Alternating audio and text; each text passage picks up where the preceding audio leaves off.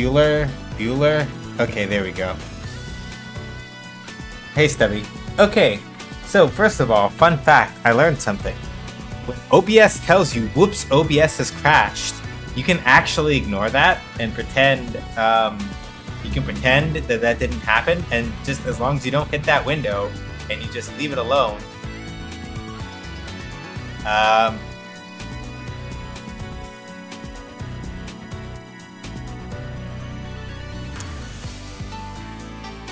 fun story. If you leave it alone and you pretend that nothing is happening, it runs fine. This is a thing that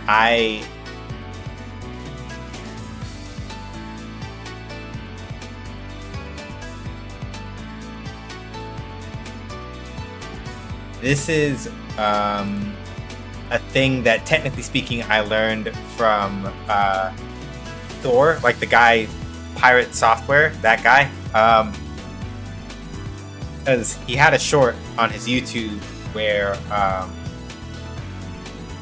he pulled the error window for OBS into frame while asking chat, yeah, OBS has crashed but will function normally as long as you don't look at the error too closely. Exactly. Okay. Happy Wednesday. Friday. It's Friday. Happy Friday. I hope the day was restful and or productive for y'all. 50-50 for me. I'm just going to jump straight into the thing I want to talk about. Why the fuck, not negative, why the fuck positive are Terry Bogard and Mai Shiranui coming to Street Fighter 6 as part of the Year 2 content pass? Someone explain that to me. What the fuck is going on? How is it that, and I'm not upset, to be entirely clear about it. I'm just, hi Kettle. I'm just like having a moment where it feels like I'm astral projecting like out of my body.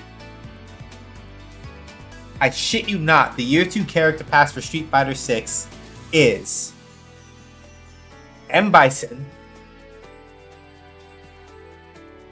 Terry Bogard, Elena from like Street Fighter 3 and 4, and Mai Shiranui, in that order. So we're getting Bison this summer, Terry in the fall, Elena next spring, and then no, Elena's like winter-ish, I think, and then Mai's like next spring or something. I wasn't looking at the announcement carefully enough. My brain is soup. But what the fuck? Also, we got 2 new characters for Fatal Fury City of the Wolves announced, and that's coming out in like early 2025.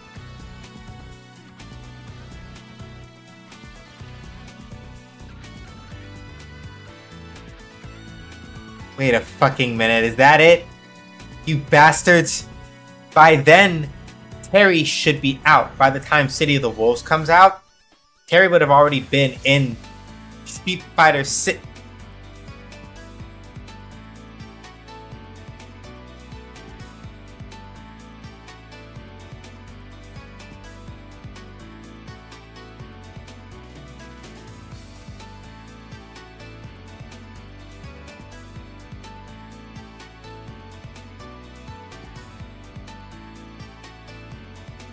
Chat on stream is frozen. Okay, this might be the part where like I actually can't get away with leaving. I don't know if I can like leave OBS error ignored now, because there's a chance that maybe that's why it's frozen and we can't see it. Maybe. Hold on. Oh, this is a Twitch thing? CJ had this. Okay, it's a Twitch thing. Okay, cool. Alright, then we'll just have to like live with it, I guess. Oops. Sorry, YouTube.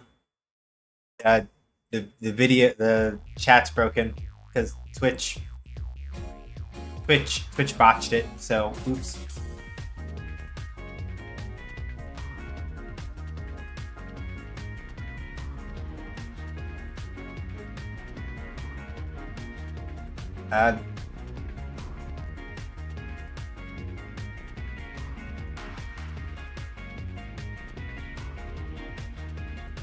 They did something to fix this, so maybe it's an OBS and Twitch thing.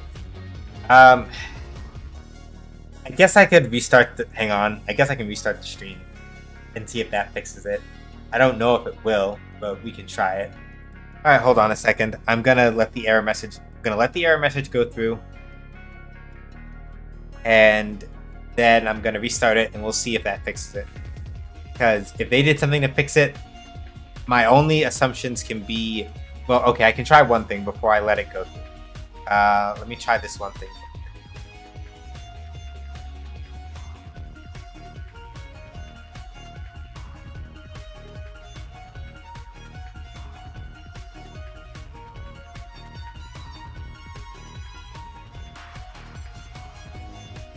Did the chat go blank on the stream? I don't. Well, I could go pull it up and go look instead of asking. Okay, then we might be okay, at least for now.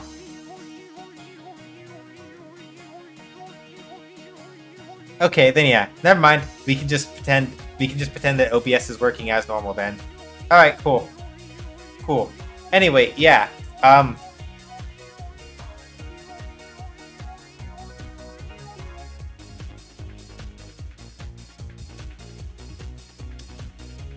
I will admit that I have feelings about the fact that they put 2 guest characters from the same franchise in for season 4.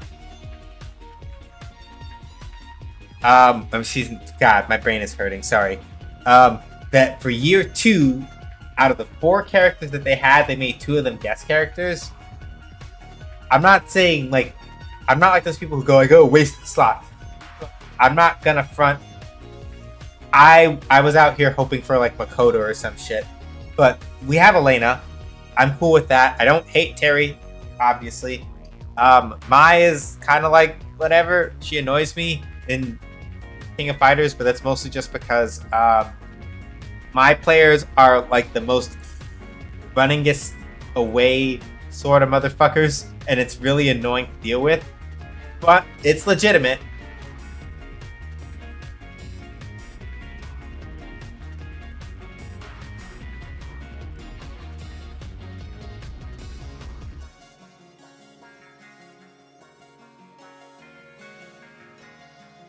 So yeah, in that order: M. Bison, Terry, Elena, Mai.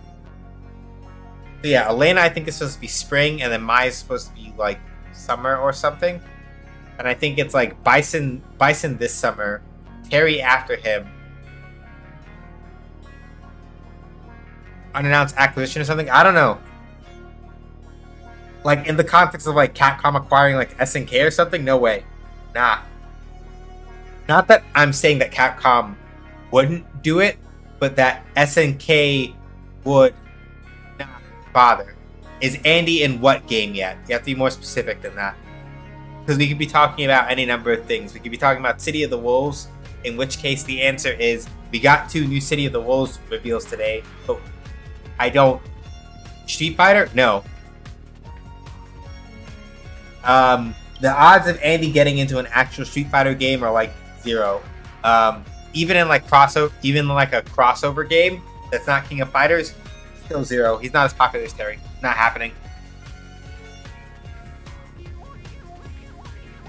And I know that's me speaking oddly confident for a man who is literally like staring down Terry and Mai being in Street Fighter 6. But no, like Andy is not popular enough to make it into any crossover that's not like KOF. That's not happening. Well, okay. If we're talking like this level, no, that's not happening. He's not popular enough for that. They would not have any reason to put Andy in. Terry and Mai, yes, because they're both of the Fatal Fury characters. They are basically 2 of the most iconic ones from Fatal Fury. The only other characters in Fatal Fury that I would reasonably say are generally regarded more like, oh wow, we know them kind of thing, is Geese. And maybe Yamazaki. But it's usually Terry Mai Geese are like the ones that really get like the most play, if we're gonna be real about it. Anyway. Yeah, I don't know. Because 2 out of 4, because again, like Street Fighter 6 is taking it much slower with a lot of like the seasonal content as far as characters go, because they used to do like 5 or 6 characters a year with Street Fighter 5, and they're not doing that now. They're like slowed down much more. It's like 4. So on the one hand, Terry and Mai both, when we only have like 4 characters, again, it's their choice. There's nothing I can do about it. I'm just in the spot where I'm like, I would have been happy to see like Makoto or something. Like, I'm not gonna front about that. But Bison came back instead, and Bison is like the person I'm least excited for. Elena is the most. Elena had a really, really obnoxious reputation in Ultra Street Fighter 4, which is like the last game that she was playable in, at least of the recent Street Fighter mainline games. In Ultra Street Fighter 4, she was just really, really good, and people really, really did not enjoy playing against her at all. So, for me now, primarily, it's a question of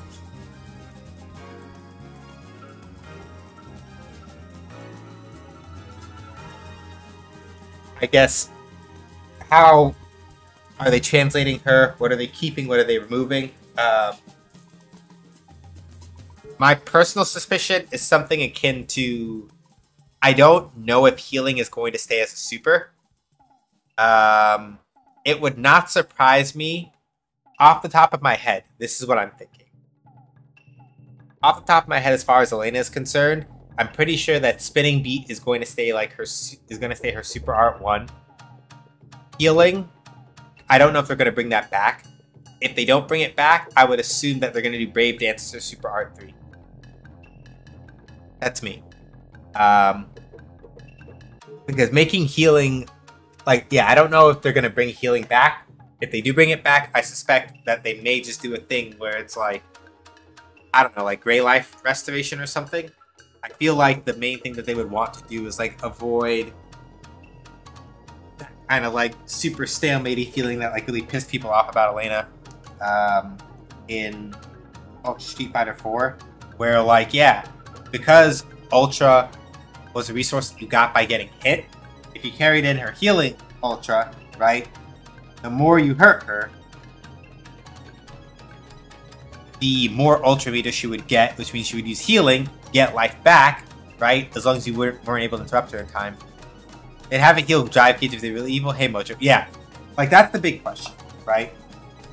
Like,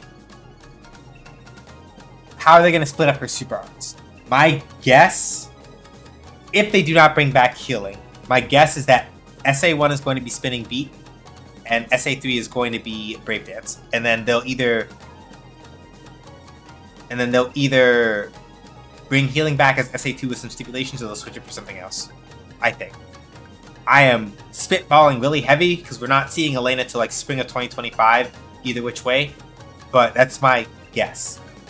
As for that fucking asshole Bison, I don't know. Knee Press Nightmare SA1, and then like Final Psycho Crusher SA3, I guess. They're probably gonna give him back. Of the moves that he lost in Street Fighter 5, I suspect he's probably getting back Psycho Crusher. It wouldn't surprise me if Psycho Crusher, I'm reasonably sure he's getting back, and then Psycho Inferno is probably staying. And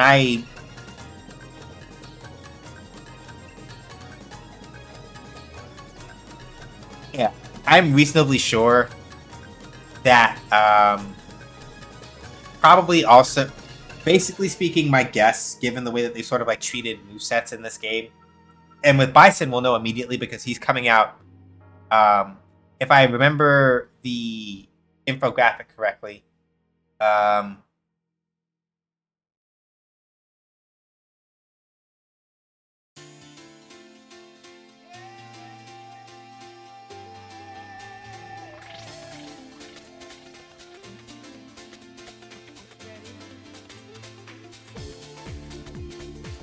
Hang on a second. Let me go look at the actual infographic.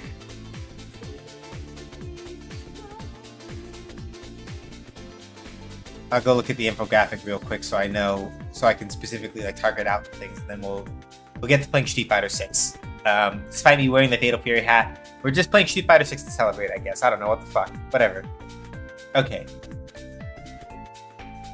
Let's take a peek here.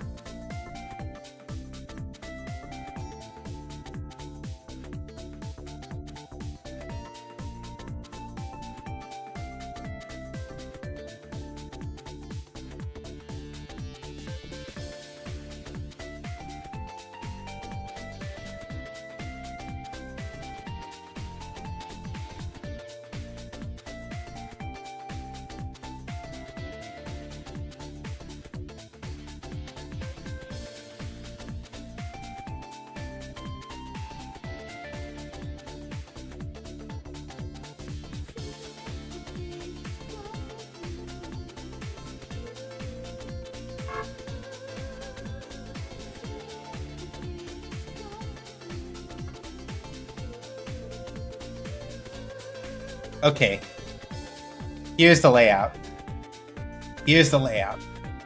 We're gonna get Bison immediately because he's summer 2024.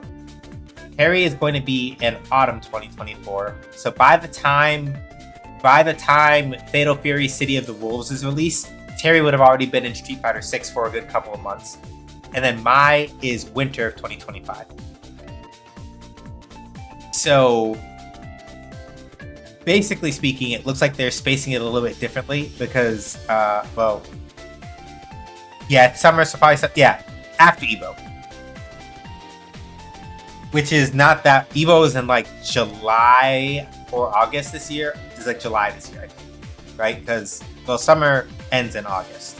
So I guess, depending on when Evo is, I'm pretty sure yeah, it's going to be after. I am almost certain of that. But yeah, Bison is, if I had to guess, given the way that like Street Fighter has sort of looked at, the way that Street Fighter has been looking at movesets, at least from my own rough estimate,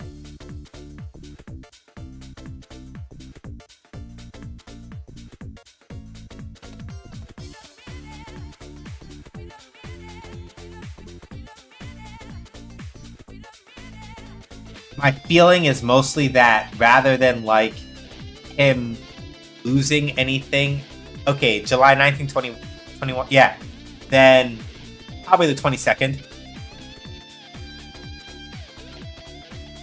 Probably the 22nd, if I had to guess. Yeah.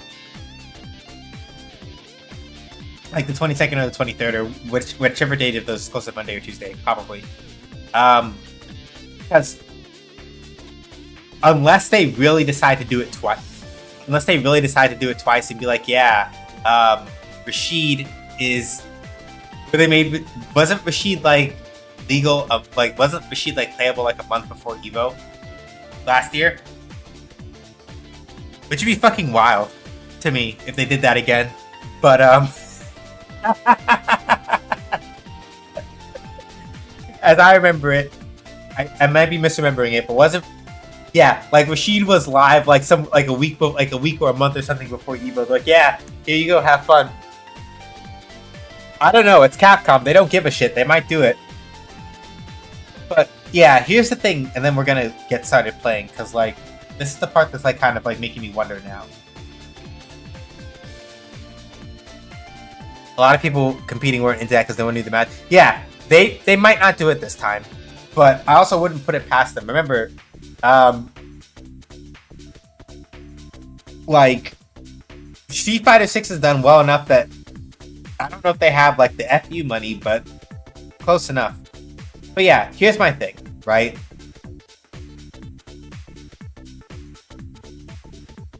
I am not entirely certain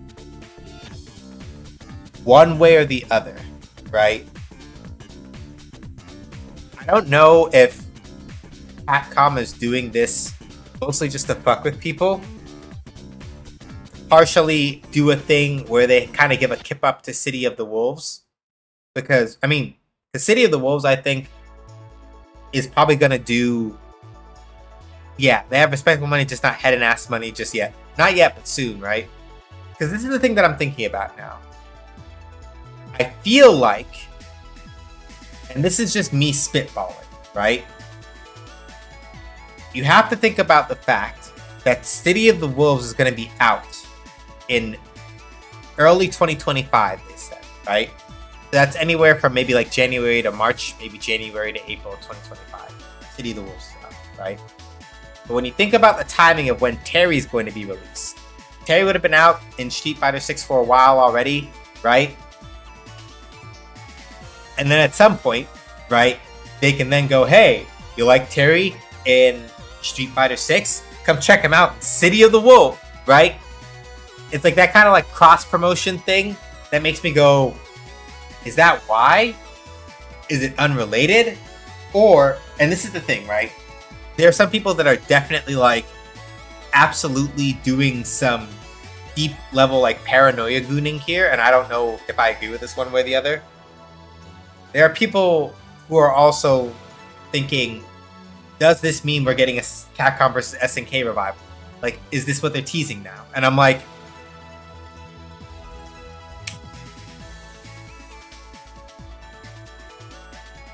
I don't know if they would. I feel like for all that people really want, like Capcom versus SNK, I feel like Capcom and SNK, and this is like a hard maybe, right? It feels to me like as companies, they are both in their own lanes in such ways that they're like, we don't mind like doing like a handshake with like a crossover or something like that, but I do not feel like they feel invested necessarily in doing like a straight up, yeah, here's a CBS3, here we go, right? I don't know. Somehow it feels like for some reason guest characters feel like the stronger sort of like tour de force right now. When you think about it, right? The last, because it's like, right, Marvel vs. Capcom Infinite didn't do super, even though that was probably more Disney's fault than anything. Marvel vs. Capcom Infinite didn't do super well overall, right? Even though this wasn't by Capcom, not Street Fighter, Blaze Blue Cross Tag Battle has like a divisive sort of viewpoint also. So it's one of those things where I'm not sure. I feel like with the way that a lot of these things are going, right? I feel like companies feel much more inclined to like keep. I know the chat went blank when I switched scenes. It's because of the reload thing. Can't be helped. It does that whenever I reload it. Like whenever I do the thing where I refresh the chat window, or the chat overlay, then it does that. So the next time somebody talks, we'll get the chat on screen. It'll show up back on screen again. But yeah, that's my thing, right? Like, what in the? It feels like they're planning something.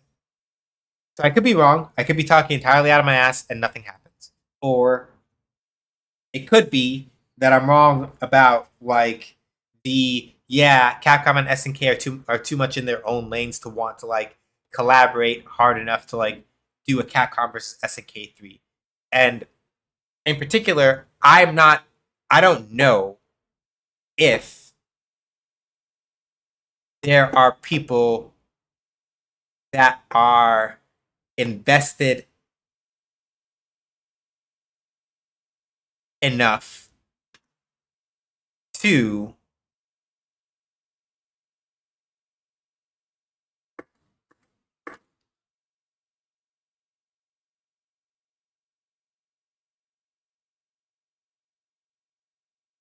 I don't know if there are people that are invested enough to like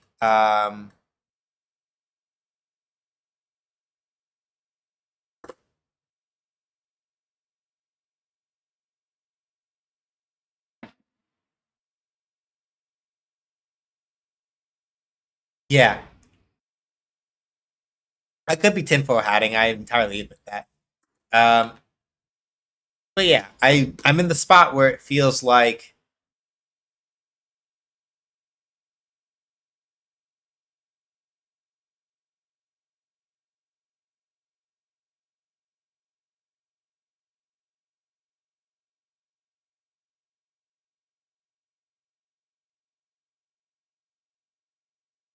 hang on a second. I'm curious about something. All right, hang on. Because I think we checked this out last time, right? Uh,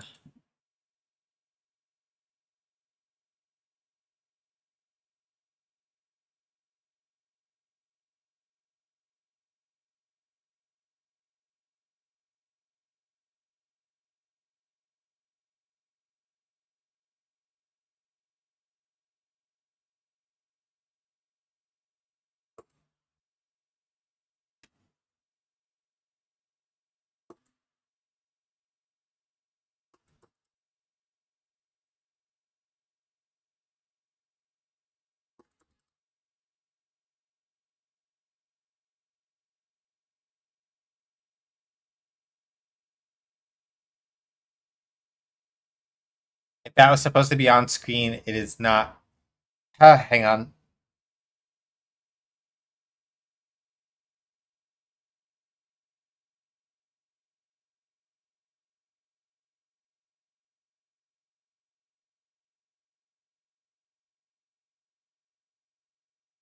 When you say if that was supposed to be on screen, it is not. Do you mean that y'all can't see the game at all? Or just that chat still hasn't refreshed?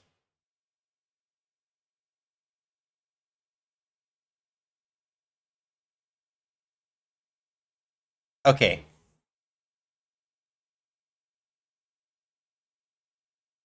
hold on.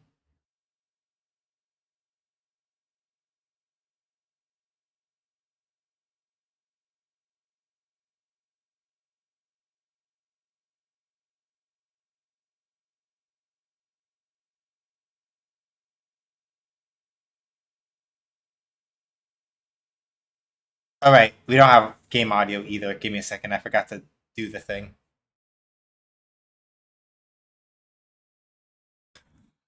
Yeah, no game audio. No, that's not that's my fault. I forgot to route it out of my I forgot to route it out of my monitor. So give me a second. Yeah, the game audio thing was my bad. I forgot to route it correctly.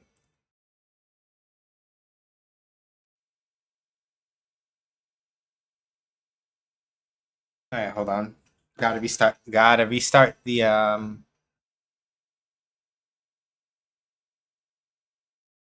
gotta restart the capture card. 1, 4, 5.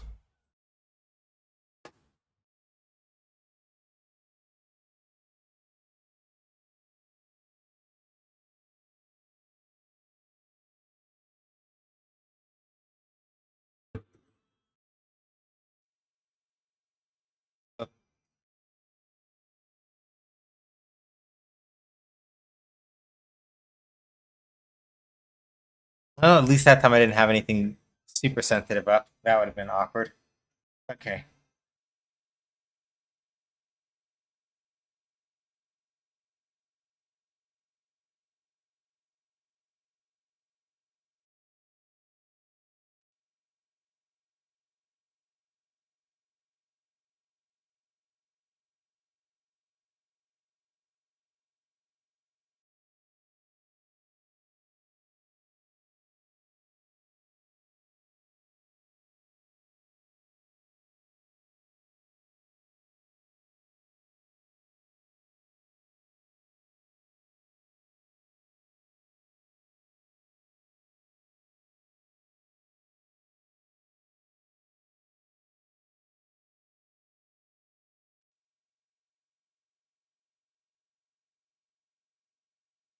Okay.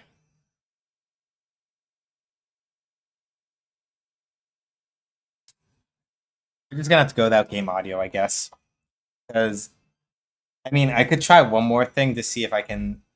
Maybe I might be able to force it if I on Mississippi,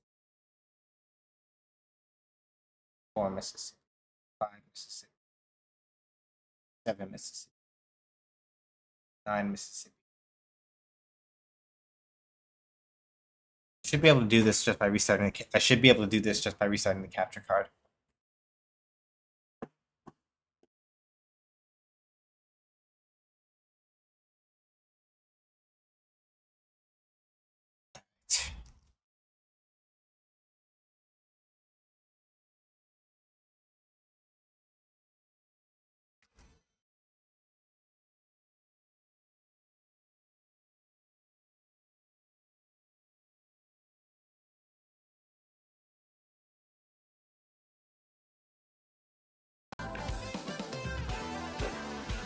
There we go.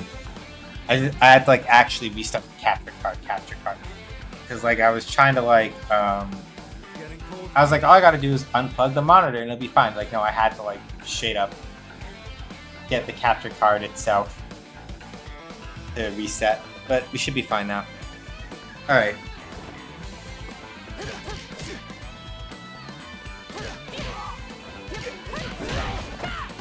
That's the side switch.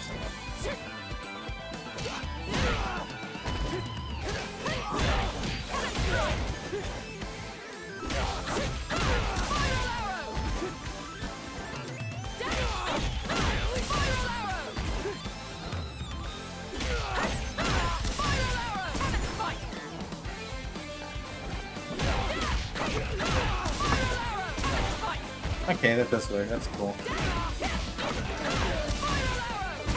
The heavy's too slow.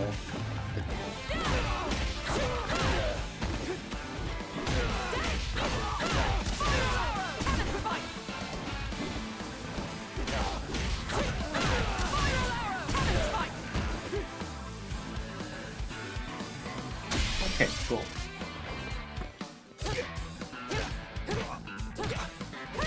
We might play a little bit of Lily today, but I don't know. Today feels like a Cammy sort of day.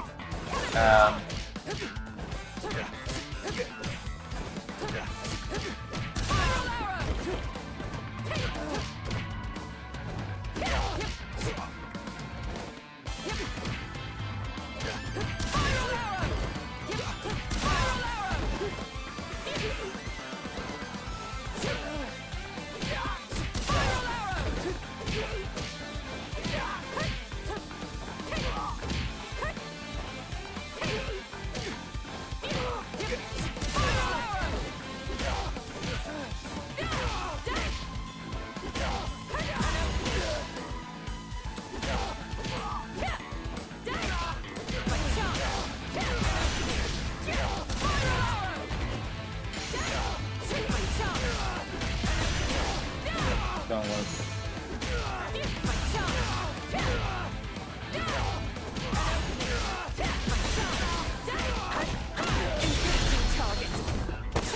Not efficient, but this works for like if your brain is like shutting off and you're like, I gotta get a combo out somehow. You can do that. It's nice.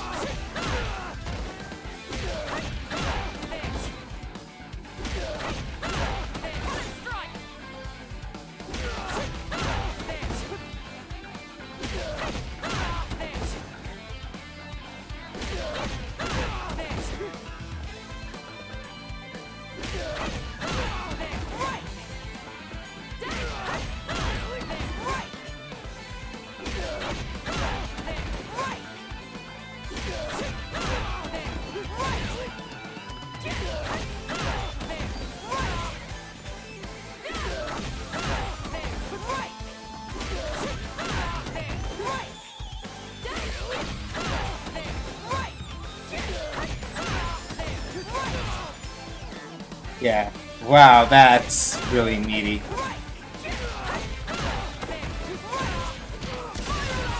So the thing I'm doing, for anybody that's curious, is that I'm deliberately waiting to do that as late as I can. Try to catch them while they're getting up.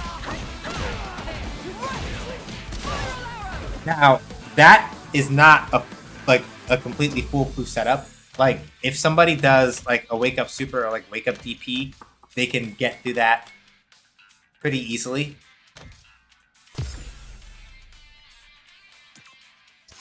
Right? But the trick is, so let's say that that's the case, right?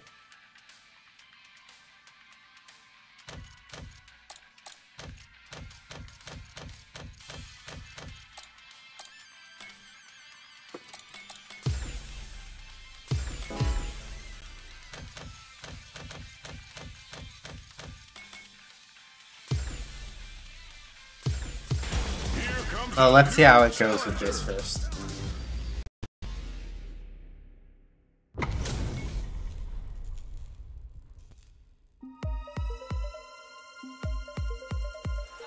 It's showtime! Face it straight!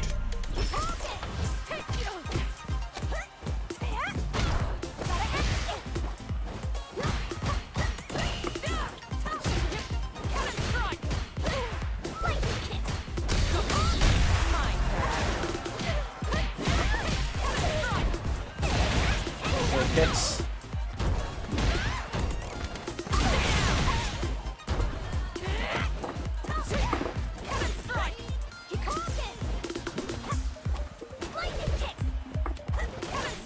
Yeah, that was too far out.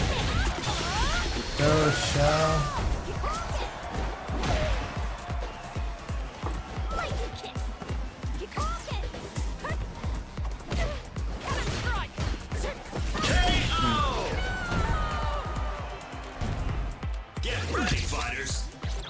Yeah, the main thing that has made this matchup a little bit harder as Cammy is that,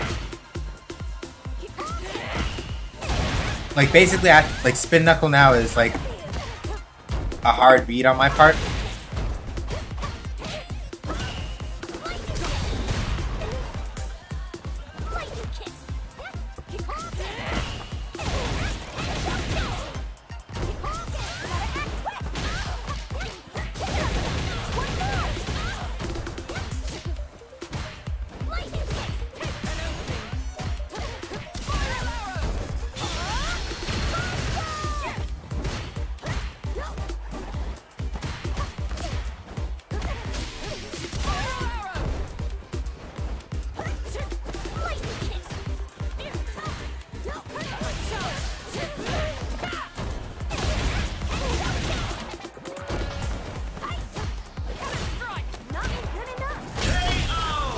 Too close.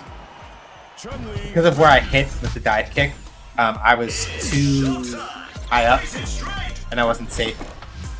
I was able to, and so that's why I got thrown. No.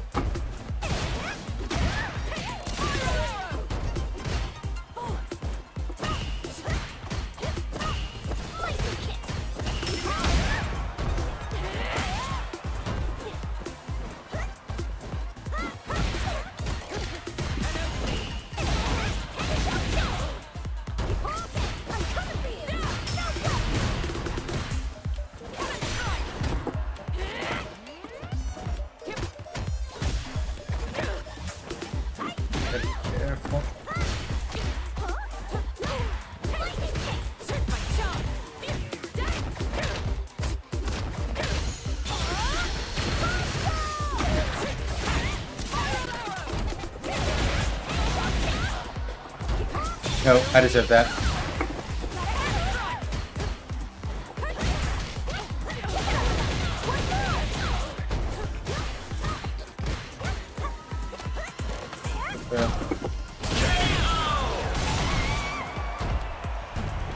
I just have to trust that they were gonna like press the button.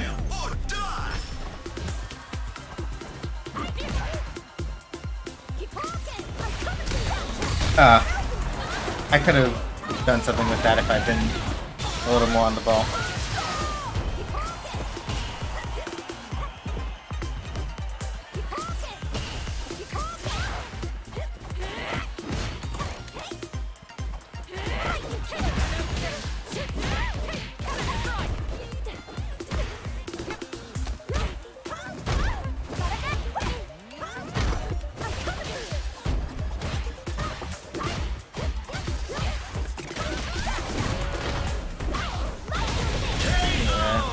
main.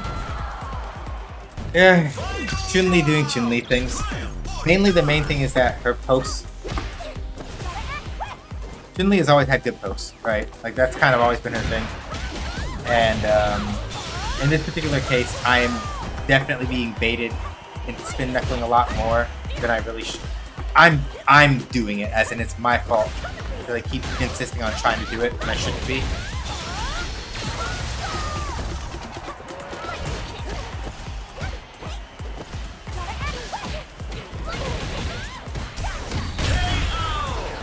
Yeah, if I had more health, I could have made something out of that gamble, but I didn't. Gotta hold that.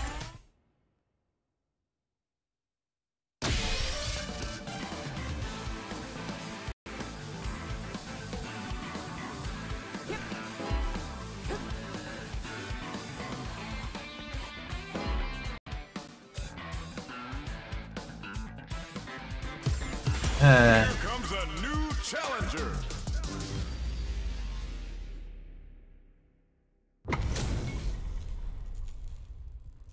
Oh yeah, Ryu's changes are really good. The most important one is that if Ryu get the Denjin charge, that's like a plus.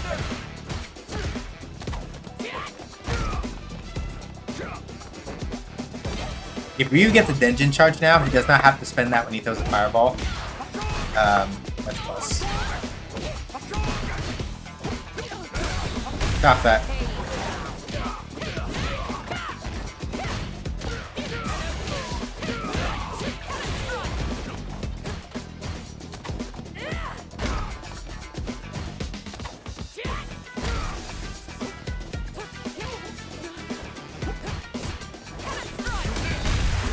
I messed up. Why would you throw me out of the corner? Why did you throw me out of the corner? Why did you do that? No! What are you thinking? No. Why'd you throw me out of the corner? Don't do that. Yeah, the matchup is a little harder against Ryu because like I can't just like spin knuckles is a lot harder of an answer to use, especially because like, you know, Ryu can just use Hashogeki as a fake from far out enough.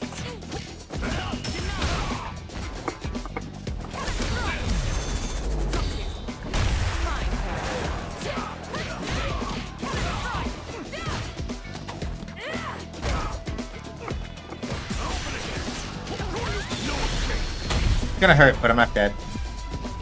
And the scale, now that like scaling has been reduced off of lights, right? Like combos from light buttons into supers don't hurt as much as they used to.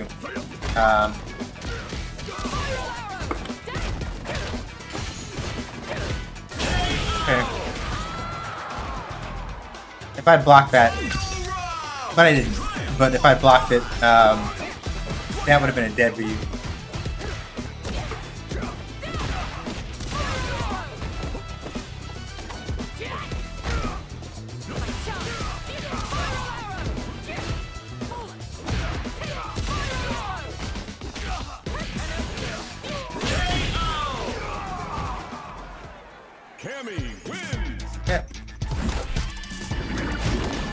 So yeah, this Ryu didn't get a chance to use that very much, but it's one of those things where like, yeah, if this Ryu was using Denjin charge more often, assuming that I like let them, that's fair.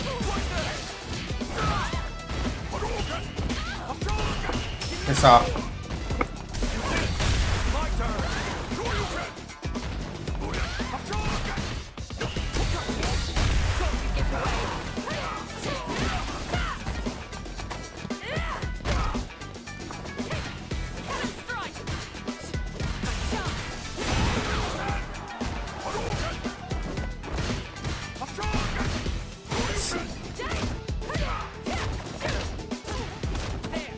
Oh, whoops. I wasn't thinking about what I was doing, and I pressed the wrong... I did the wrong motion.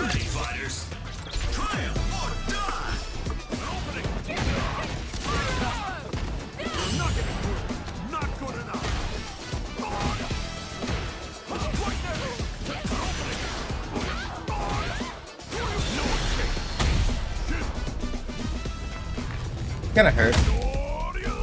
But the scaling from the scaling from the Shoryuken kept that from still being worse than it could have been. No.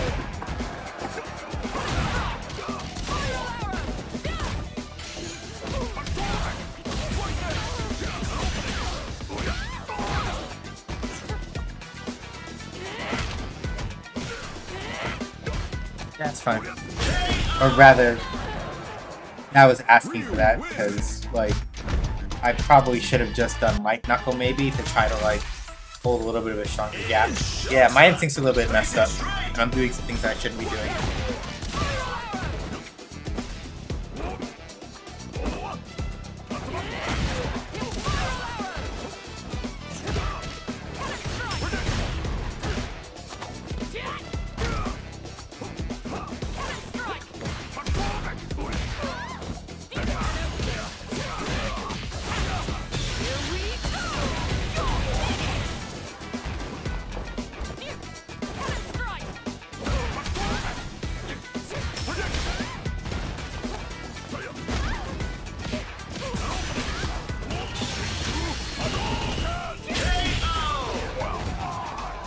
I was not expecting a drop there, but I was holding parry midway through some of that. Just... I don't know why exactly, I was just doing it, and it kind of worked out. That's fine.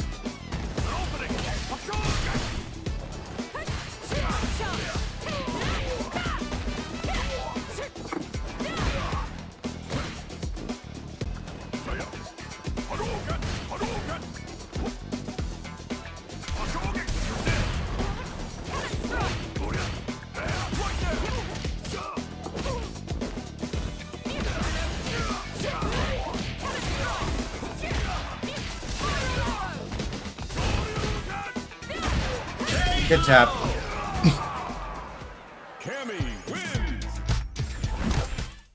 That Ryu is really impatient in a lot of ways, and so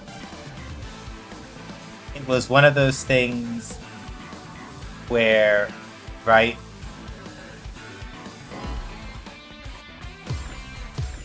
Here comes a new challenger.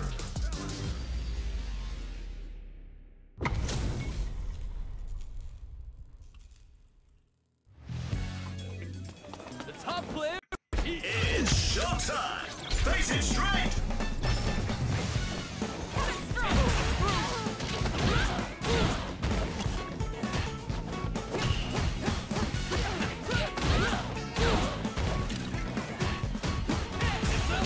Right.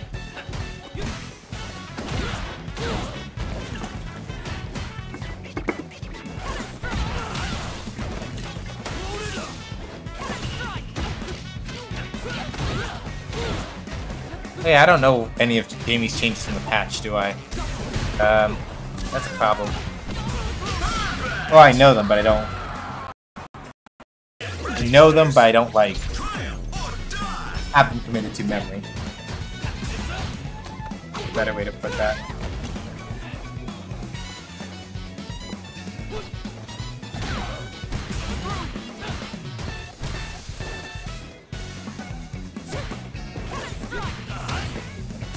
I think they did something with swagger steps, so it's not as easy to punish.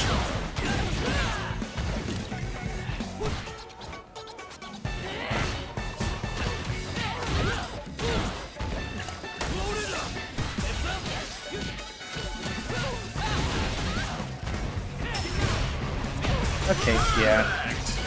Some of this also my instincts are just like absolutely fucked up. I should go look at what Jamie's changes were, so I understand better, but you know.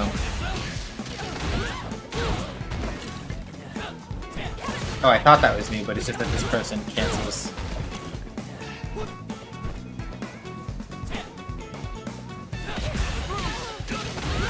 Yeah, they just canceled the second hit of the target combo, or the second hit of 5 HP.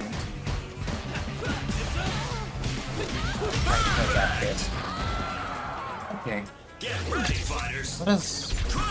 What decisions am I not making? Because that's the...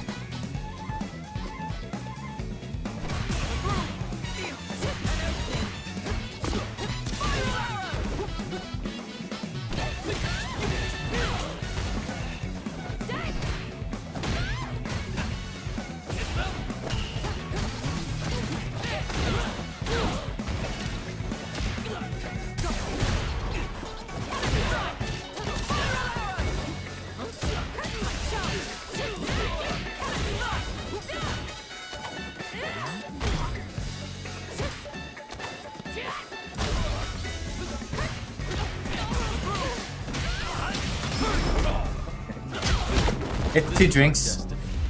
And I think that they got it off of a light, so it's not going to hurt as bad as it could. If it was like 3 drinks or 4 drinks, then that would have been really bad. But yeah, there's the gap.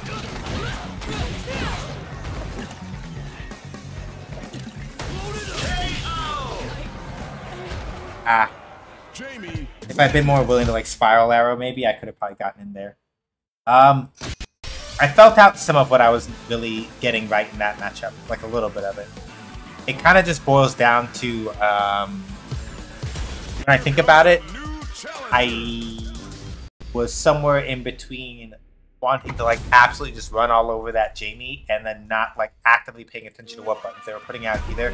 So I kind of kept getting hit. I kept getting hit by things because I wasn't thinking about like where they were presenting a threat.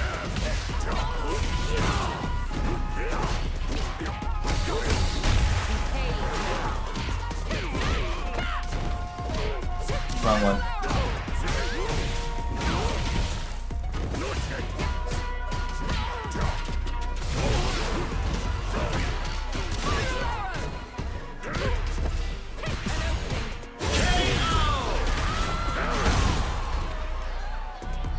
Get ready, fighters. Triumph or die.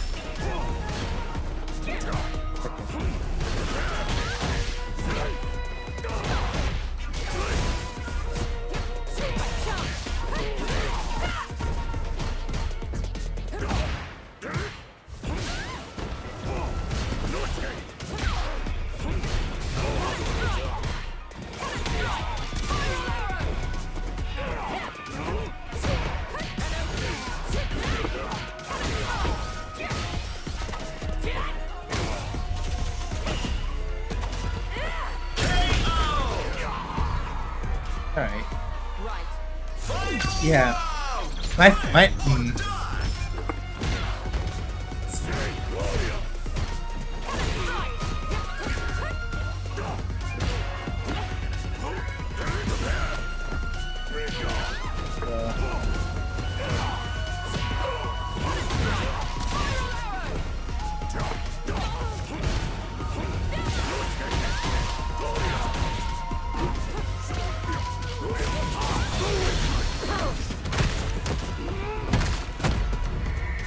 I might be dead.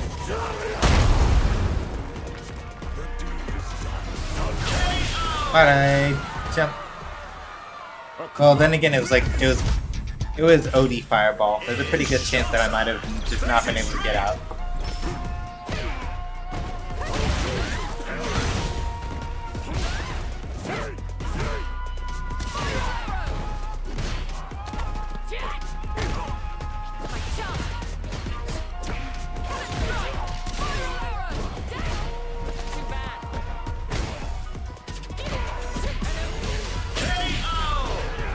So yeah, that's the main thing about playing Akuma. Like, this character is absolutely, like, yeah, no, like an Akuma that understands how to run his offensive options is very scary, right? Like, to be entirely clear about that. But the main thing as an Akuma player that you have to deal with is that if you are not absolutely confident in your offense and you give anybody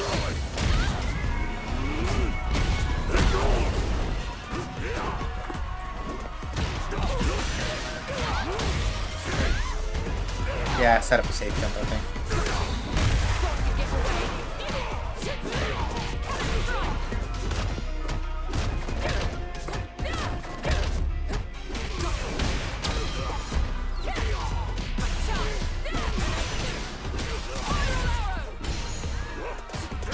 No, I thought it was gonna kill and I hesitated.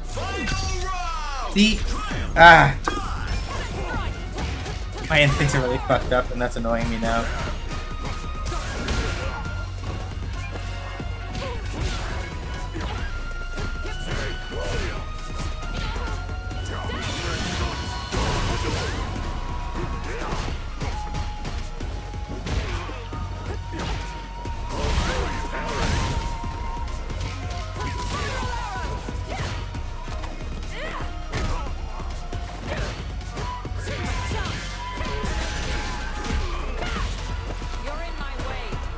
I messed up the cancel, but whatever. Cammy wins. So the main thing that, right, this is the thing I was trying to say. The thing about Akuma is that if you're not absolutely confident in your offense, you have 1,000 less health than every other character, than most other characters in the game.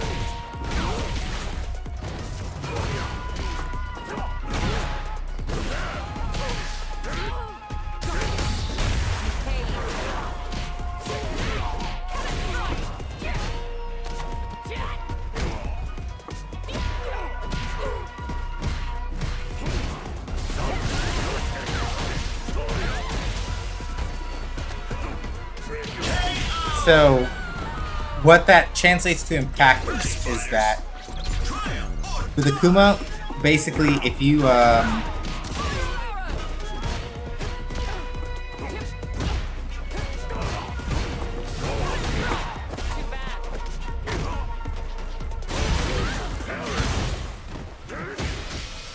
make too many mistakes with him, you're gonna eat shit in a way that a lot of other characters don't. Even for this game. Good throw.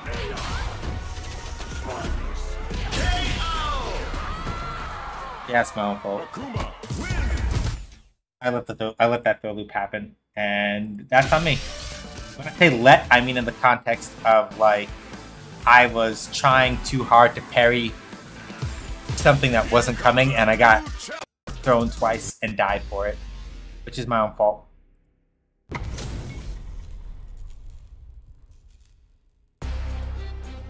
It's showtime! Face it straight!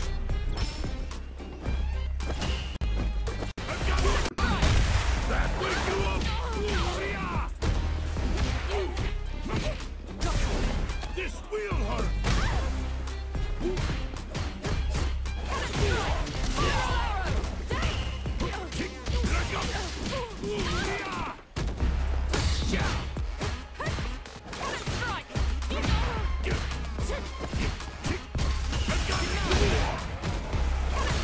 Not too high up.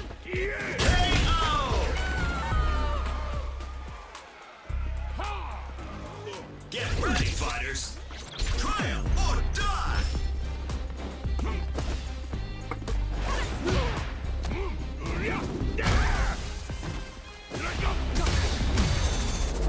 You're mine! No escape!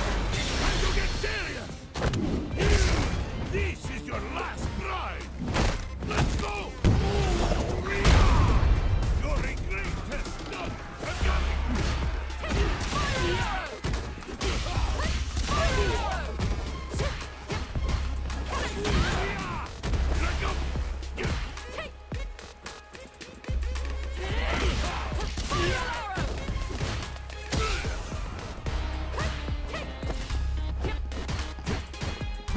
Yeah, I tried to jump out of that and got hit.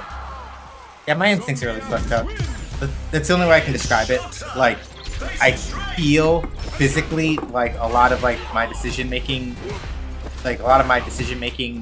engines are not firing correctly. Like, basically I'm just being overtaken by the instinct to do things I shouldn't be doing. And I'm not sure why. Like, something just feels off. Not in like a, oh, this feels bad, I want to stop playing sort of way, but just in a, don't know why I'm making those decisions sort of way.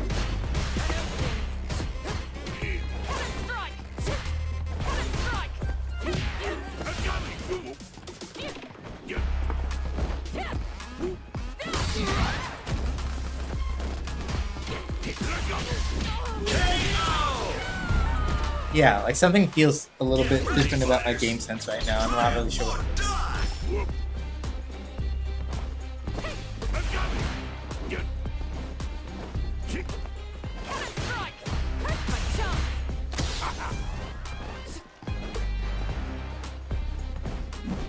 There we go.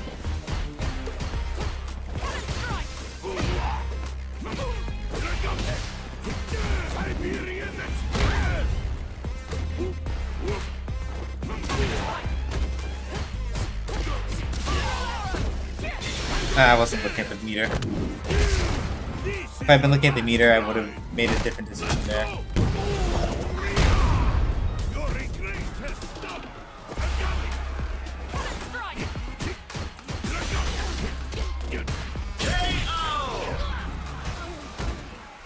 2, right? Yeah, it's 2. Yeah, something's up. I'm not really sure what it is. Something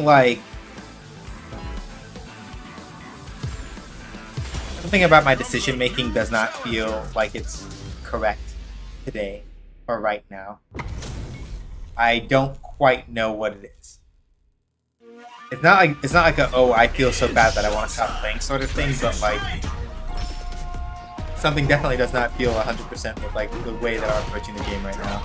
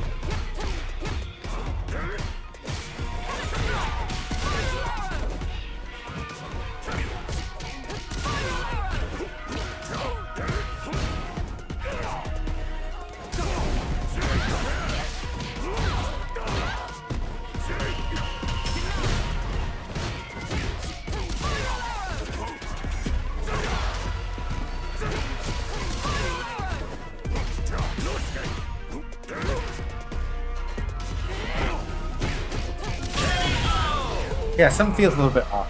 I feel like I'm playing a little bit too loose for my liking, or I'm doing too many things I really shouldn't be, trying to like force something, and I don't like that. I don't like when I start playing like that, or at least I don't like when I start playing like that when I don't have enough of an understanding of what I'm dealing with from the other player to like actually make something work with that.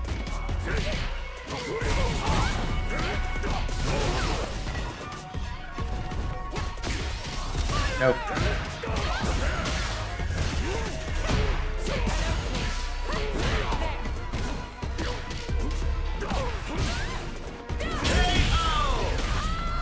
Yeah, my instincts are...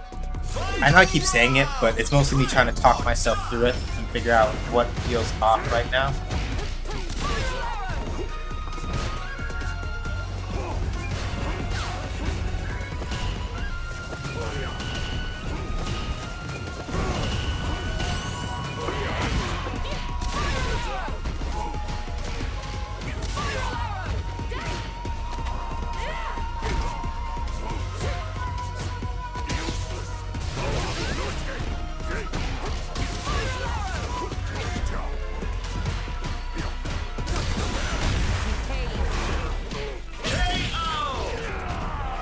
Yeah.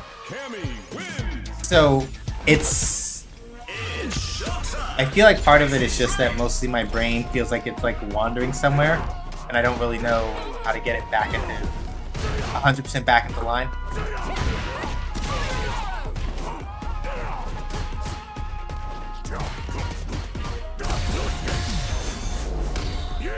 Fire rhythm from... I know of Path of Radiance and Radiant Dawn, but I do not know the context in which those mechanics are. Not that I disagree with you, is that I literally don't know the context in which these mechanics are relevant. So you are going to have to explain that one. For Akuma, I know that part of it is also just that I should have do not know this matchup. Like I'm gonna be upfront about that in the sense that like I'm more or less working off of a set of tactics that are based off of how I approach like the Ryu and Ken matchup, which is not entirely the same for Akuma, very clearly, right? Soft.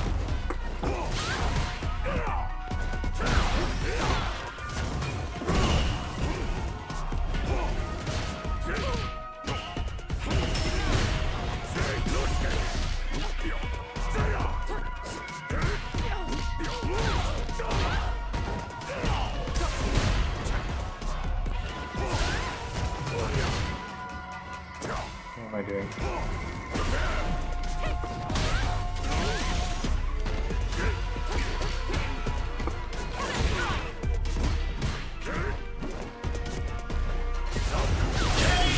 In a chow in the rhythm? Yeah, okay, that's fair.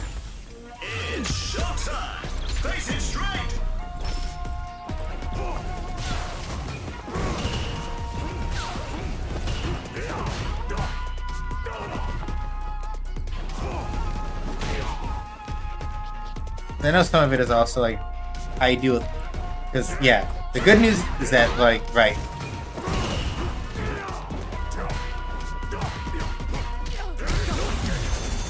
Yeah.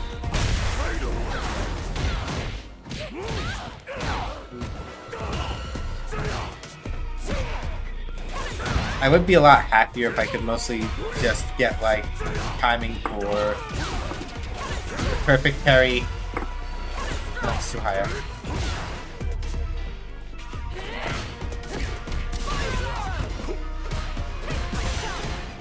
Yeah, I'm dead. So get ready, fighters. Triumph or die.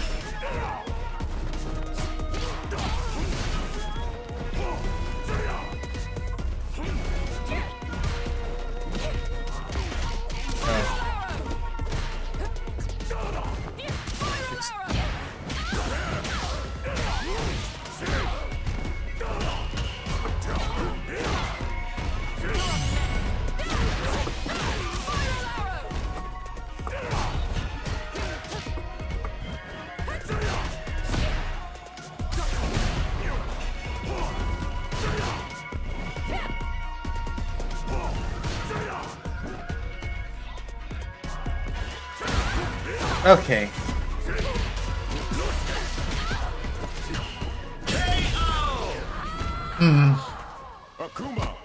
Yeah. It is simultaneous. The decision making is simultaneously off, and also it's the air fireball. I think when I think about it the most, it's the air fireball. When I think about that matchup, where I'm just like, the calculus on this is like off. A new challenger.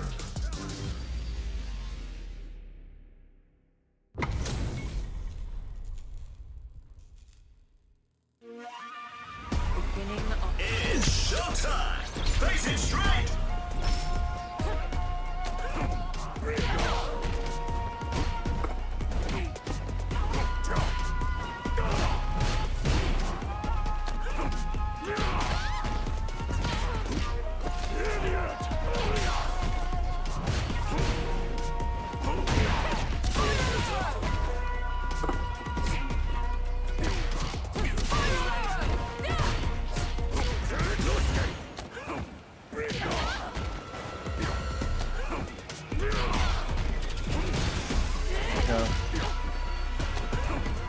Yeah. Get ready, fighters. Triumph or die. Hey.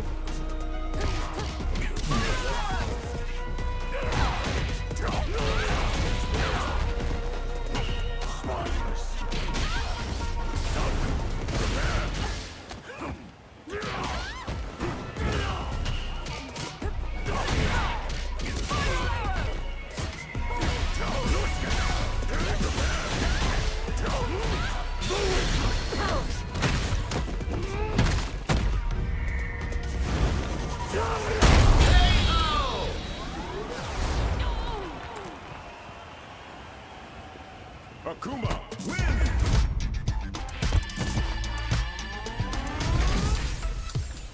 It's showtime! Face it straight!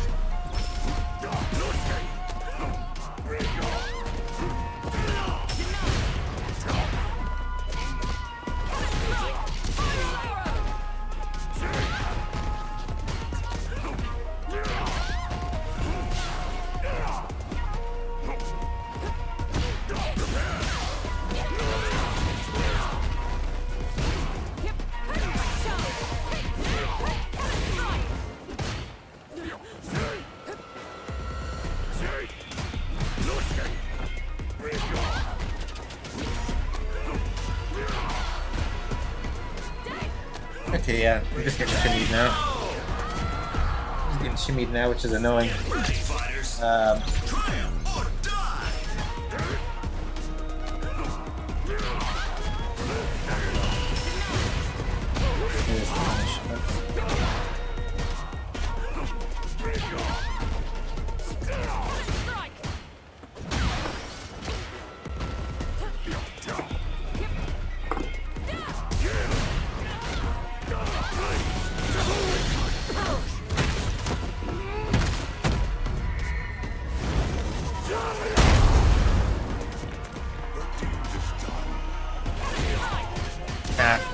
messed it up. Akuma wins.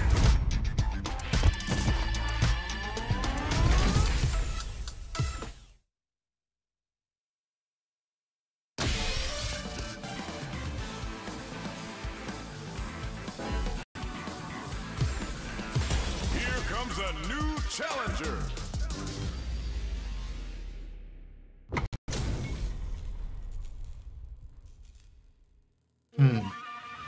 Ready yourself. No mercy for you. It's showtime. Face it straight. My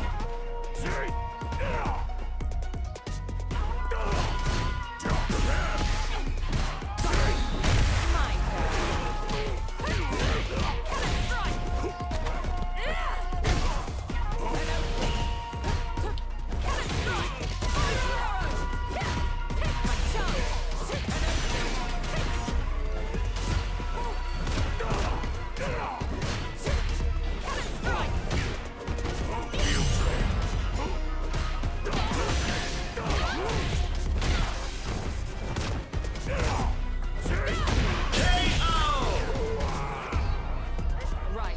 Get ready, fighters. Triumph or die.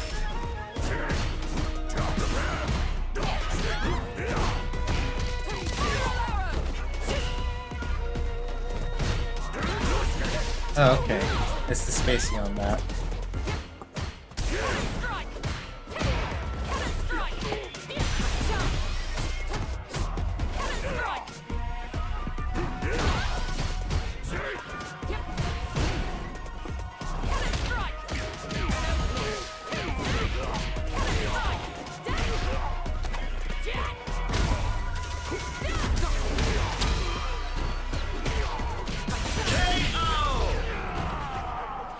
Cammy wins. There we go. It's showtime. Face it straight.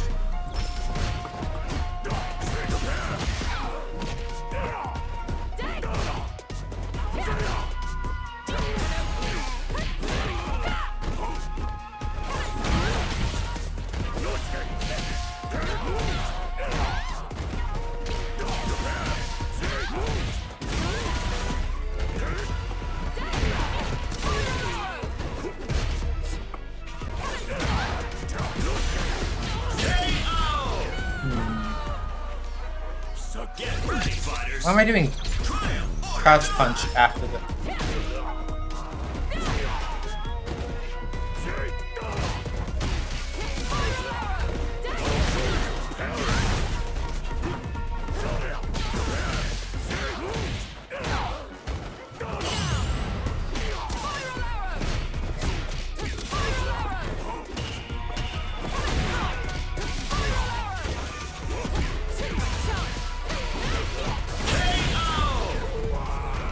So yeah, if you remember how I said earlier that like with Akuma, like you really cannot afford to make mistakes, that's what I meant.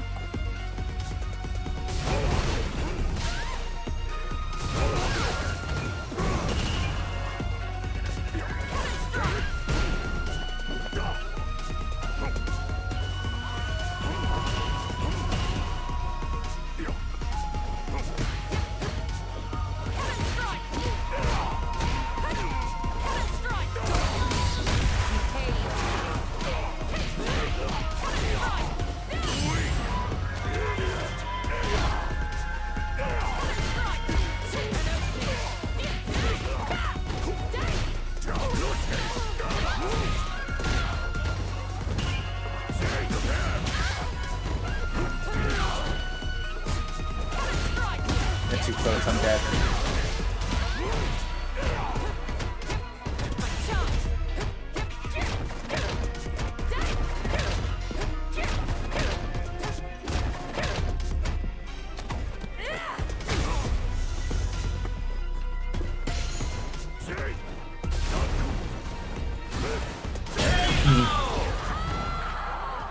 Akuma wins. Yeah.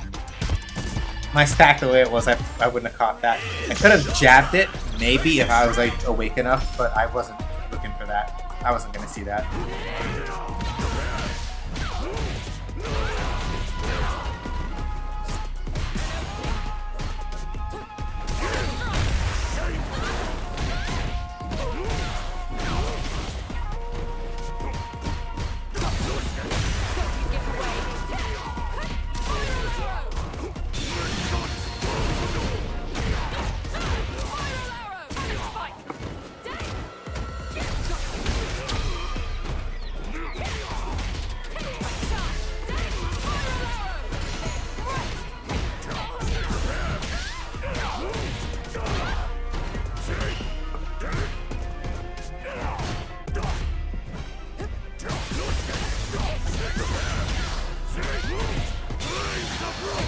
Yeah, I'm dead because it's gonna. If it, yeah, if it hadn't, even if it scaled low enough, I was near the corner. So that super, when you're near the corner, you get like a really low-looking wall stick that Akuma can combo you off of after.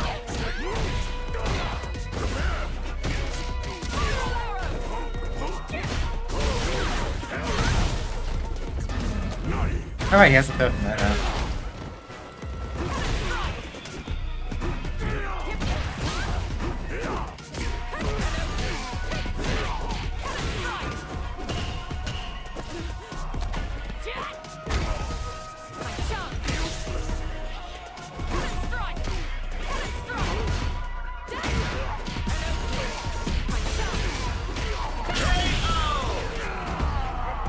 Yep, and that is why, again,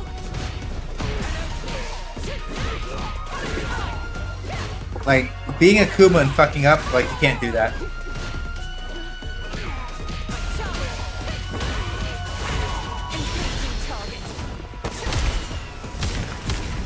I'm pretty sure he's dead now. Like, 100% he's dead now. Because, like, he doesn't have the health. Yeah, so, if you remember how I said earlier, right? Like, Akuma, you cannot afford to fuck up when you're playing as him. That's the kind of thing I mean, right? That might have, like... That might have maybe killed anybody in particular, right? That's not necessarily a, oh, that's Akuma kill... That's Akuma specific kill, like, kill health, right? Maybe not necessarily, right? But the fact that Akuma had 1k less health to kind of wager meant that every time I hit him leading up to that point was a bro, you're in danger, bro, you're in danger, bro, you're in danger sort of thing, right? Like, Akuma is absolutely pretty much in all the Street Fighter games and all of the games that he's in, generally speaking, right? Akuma is generally about as like obnoxiously offense heavy as he is in this game, as y'all have seen. Like, that's not any different. And even in like a lot of the older games that he's in, not any different, right? The main thing is that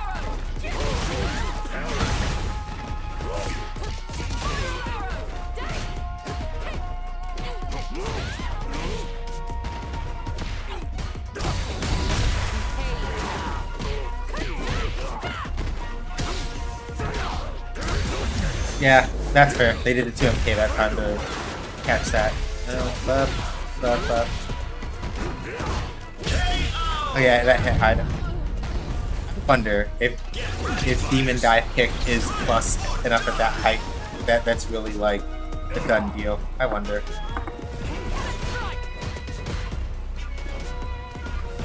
Yeah.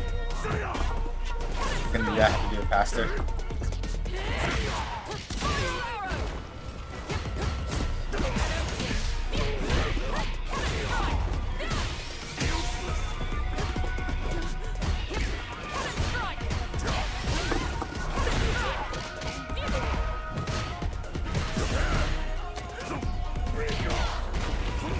Yeah, can't do that. Even OD Spin Knuckle wouldn't have gotten through that. Yeah, no. I'm trying to gamble too hard on whether or not.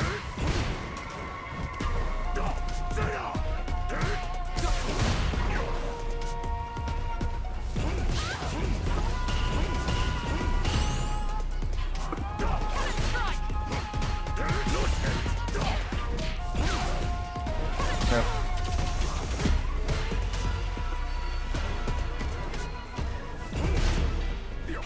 Like, catch one of those neutral jumps would be ideal, but yeah, if I could have caught one of those neutral jumps, that would have been ideal. But like, I couldn't quite feel out when they were coming.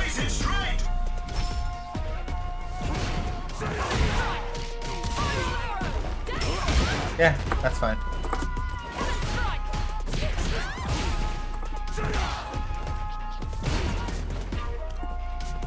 I feel like that.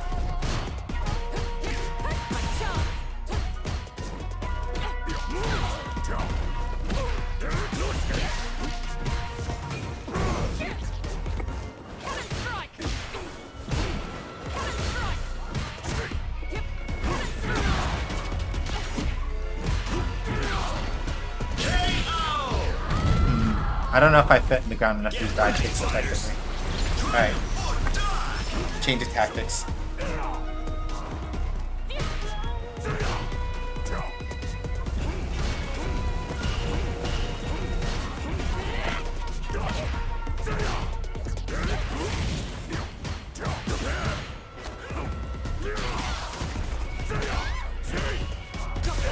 Yeah, okay, that's what I thought.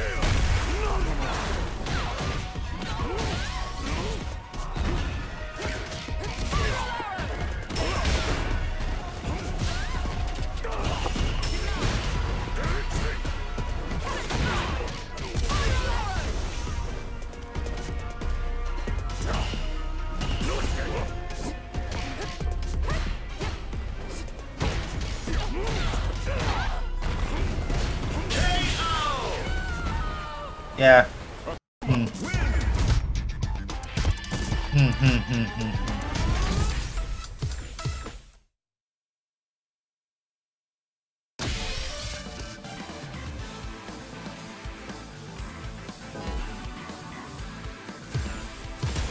comes a new challenger.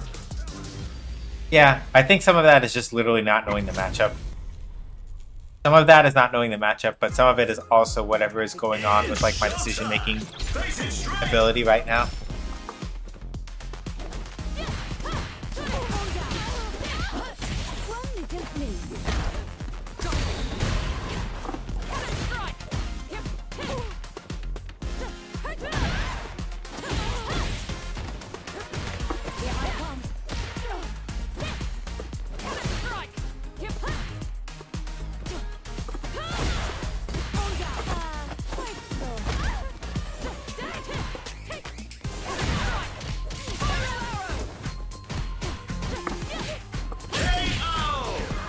Yeah, some of this is definitely just me. Where I can just like feel.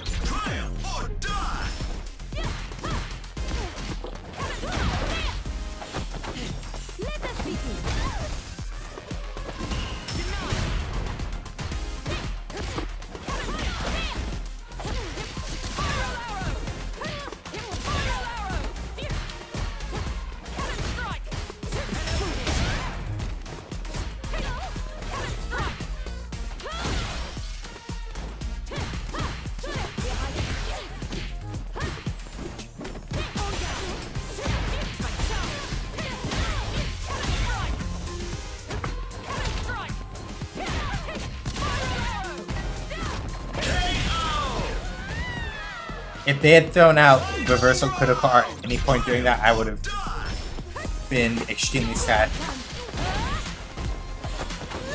Oh, that's not ideal.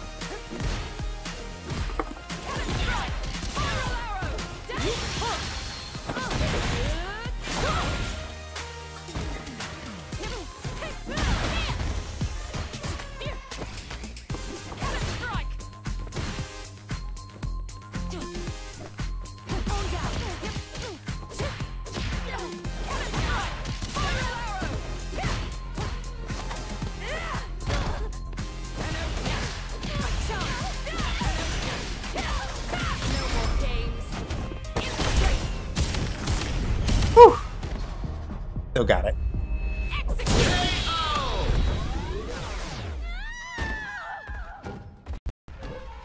Cammy wins.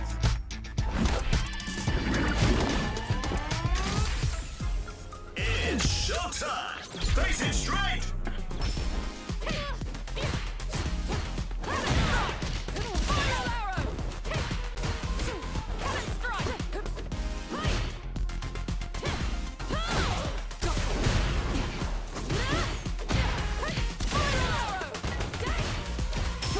Yeah, my bad.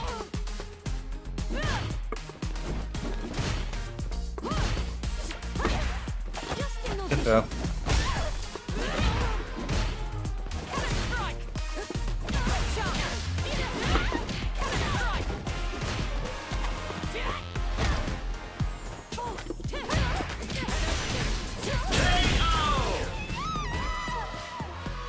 Get ready, fighters. Triumph or die.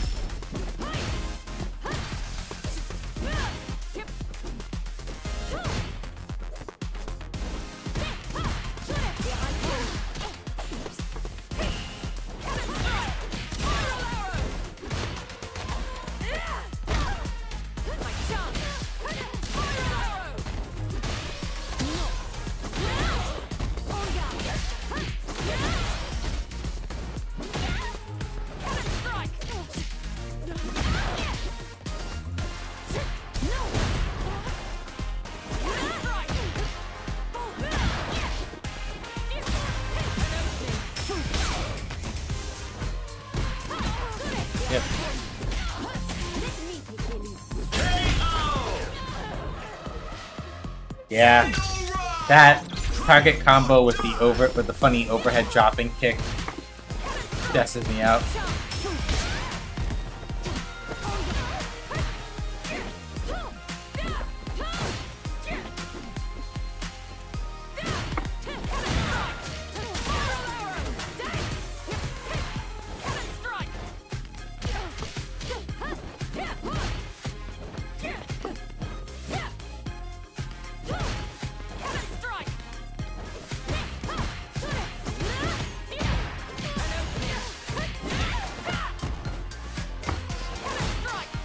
Yeah, they could have punished that. Good throw. Yep, good throw.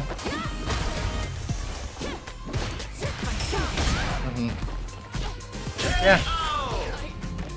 They had me, pretty much. Once my back was my corner and they were like doing that thing, it's like, yeah.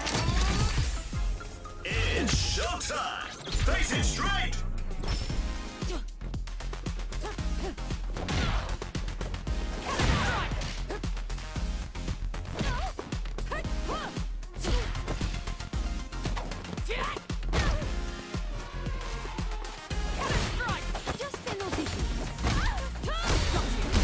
Oh, they timed it correctly. I always thought that was free, but nope, I was wrong.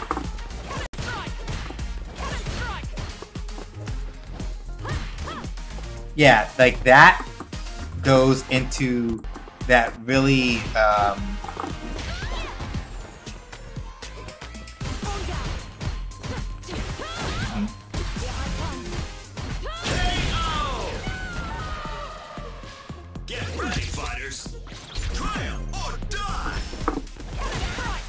nope.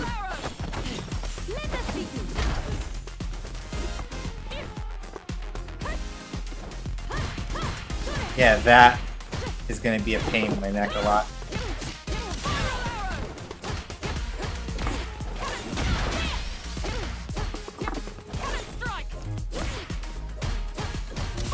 I got caught. Yeah, you're too close that time.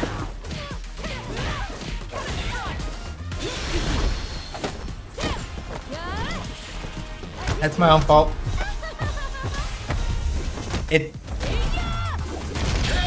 Oh yeah, I forgot because it scales now.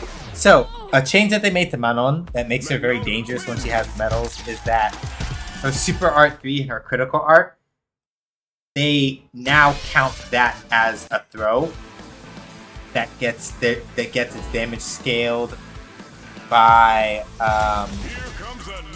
they count that as a throw that gets its damage scaled up by how many medals she has.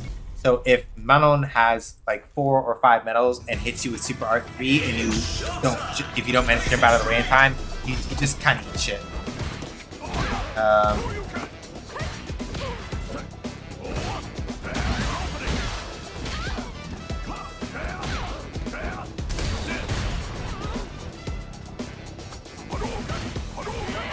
Dead.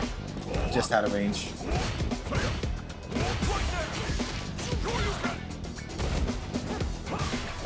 Yeah, fine. I'll take it. Okay.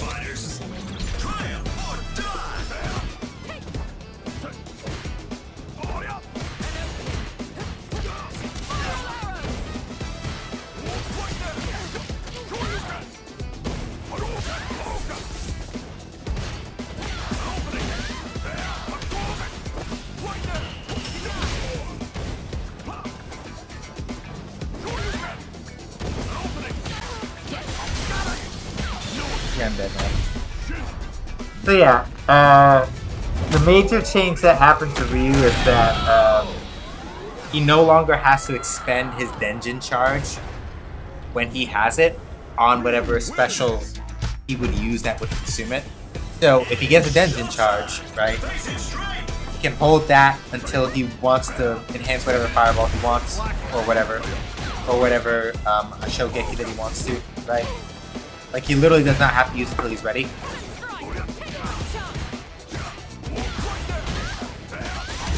Like, that situation, right?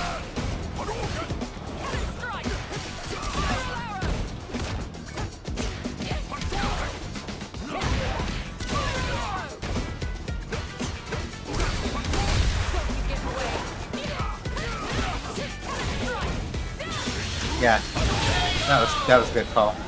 Because if they hadn't done that, I would have done that standing heavy punch, and I used to check if they blocked it or not, and then would have been a done deal.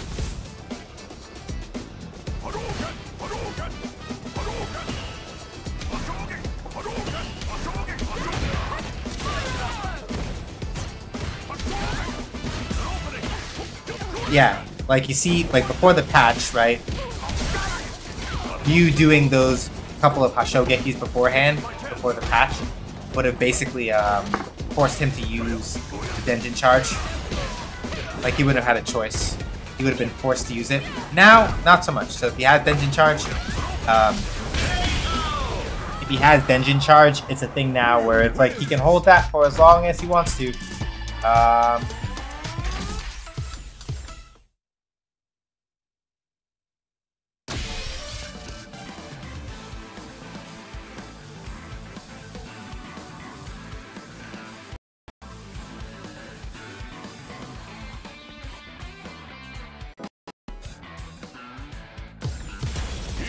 A new challenger.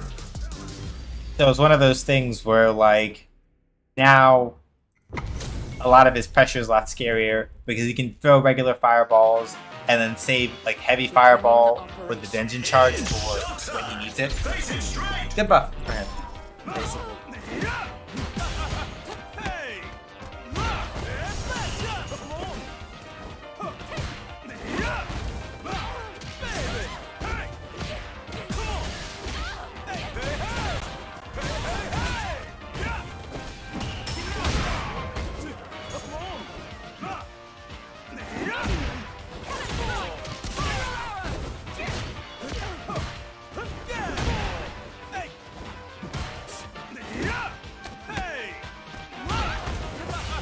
Yeah.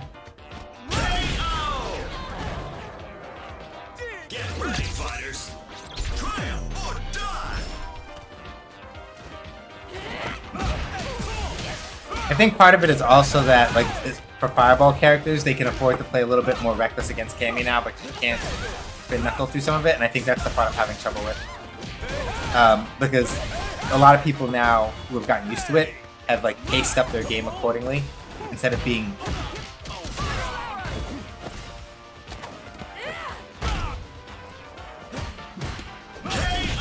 Part of it is still me, like, making bad decisions, but when I think about it in terms of, like, what else could be happening, it feels a lot like people who have, well, I haven't had that many matches where people who can use fireballs have been fighting me, but I know, but probably I feel like some of it feels like people are pacing it, or like stepping their pace a little bit faster than it feels like they have in the past against like Cammy. And I feel like part of it has to do with the fact that for Fireball characters especially, right? They don't have to be as afraid of Cammy anymore because she can't as easily like just use Spin Knuckle and get through their fireballs and stuff.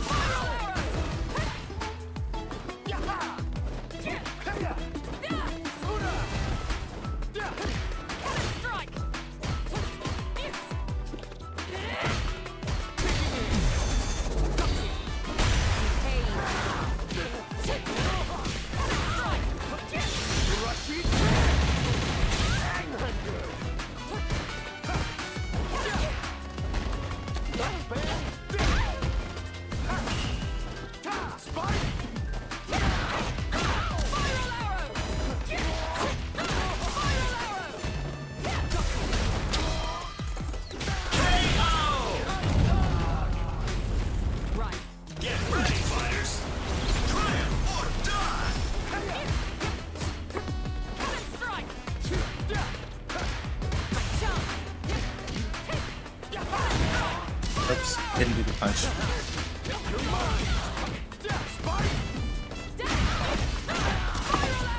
Nope, that doesn't work.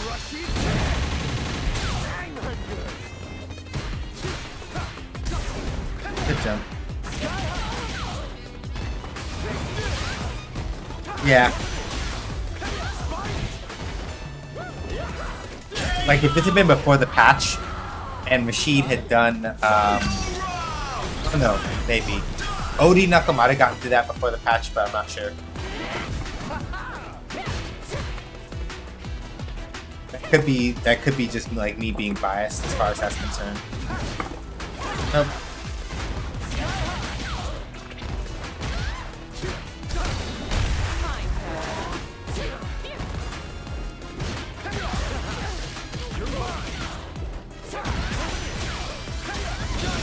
Yeah, I'm dead. The thing I was trying to bait out, I was expecting a throw after the LP version of spinning. So basically, right, Rashid spinning mixer goes in like 3 directions depending on which button you press as Rashid. LP is straight, MP is diagonal, HP is straight upward. LP mixer, if Rashid gets a hit off, like if Rashid either hits you with LP mixer or fuck.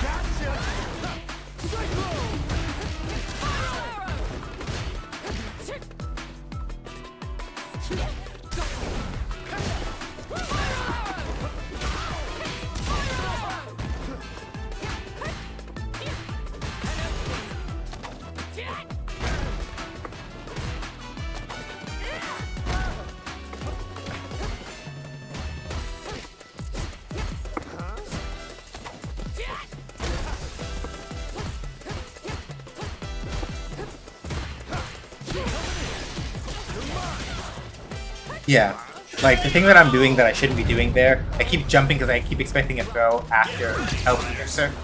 And I should stop doing that because they haven't presented that option.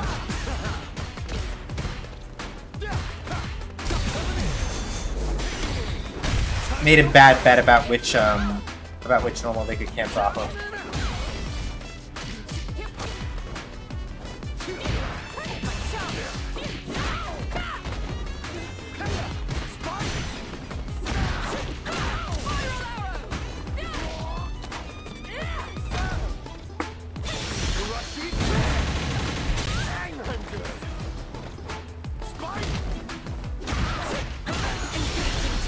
You're done. So yeah, the one thing that this Rashid keeps doing that they really need to stop doing is random Eagle Spike. So here's the thing, right? Eagle Spike, unless Rashid does like, I want to say the OD version of Eagle Spike is almost always like safe because he moves far back enough from you that like you can't like do anything about it. Or if you do like Eagle Spike, do a Cyclone. I want to say are the circumstances which is safe. But if you just do it like, if you just do it kind of like falls out like this Rashid was doing, doesn't work.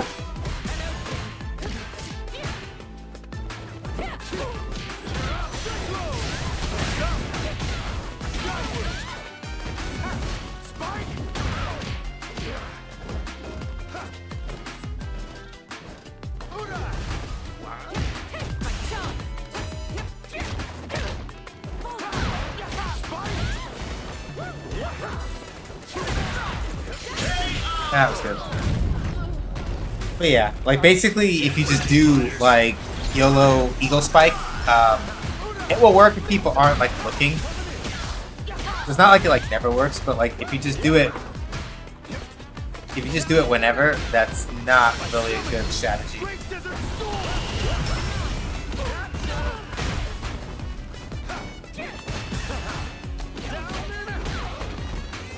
That's all. I know, I got caught. But yeah, like, if Rashid just does Eagle Spike, basically no matter what character you're using, even if you're like, I don't have, like, my characters are not fast enough to punish that. No, like Rashid, if he does random ass Eagle Spike and you block it, unless it's like OD Eagle Spike, you can either run up or otherwise put yourself in a position where you can in fact catch him out and explode him for that. So, like, that Rashid knows the mix and understands it pretty well, but they need to stop doing so much so much regular Eagle Spike, because it'll work when people aren't, like, looking for it, but people who are more awake than me will patch that out a lot more frequently, and then, kind of eat shit. Oh yeah, that's true. little harder to just like sit and parry fireballs now. They don't seem like kind of do like OD in that circumstance. Jump a little left maybe.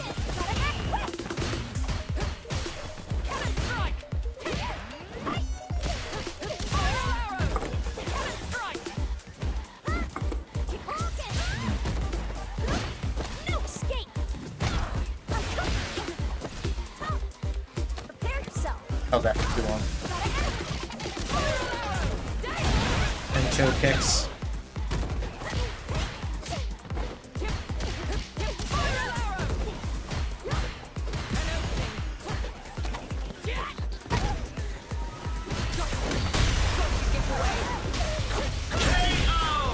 I got really lucky.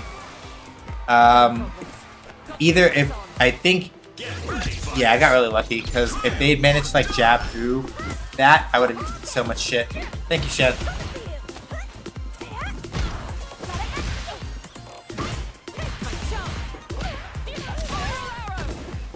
In. No problem.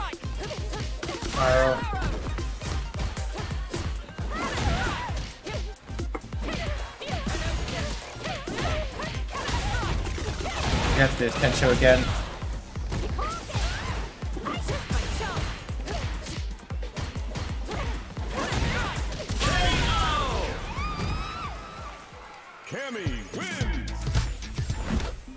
I gotta start getting my spiral arrows off of my standing light kicks again. Ooh.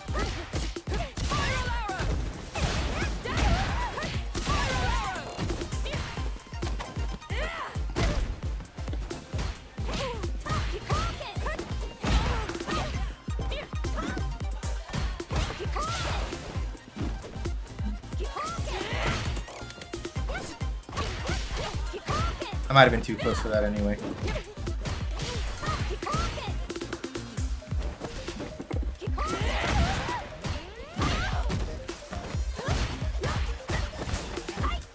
Nope.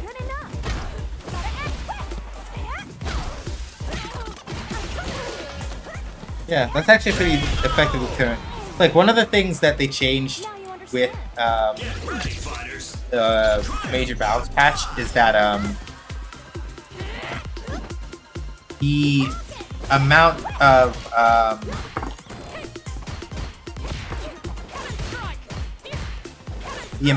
time that you are forced to stay. I talked about this the last time I played Street Fighter 6, but the amount of time that you're forced to stay in a parry attempt after you like has been increased. So like if you it's one of those things like if you're trying to like perfect parry, or if you're trying to perfect parry, you're gonna be inactionable for like a little bit longer than you used to be. Fuck, I'm dead.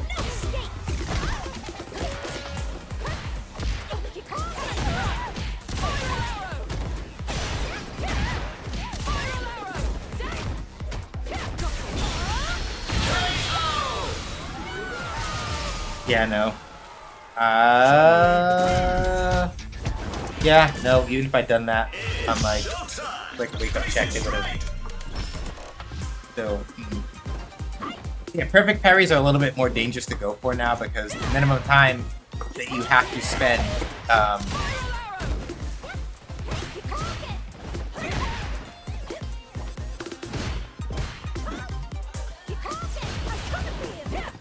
minimum time that you have to spend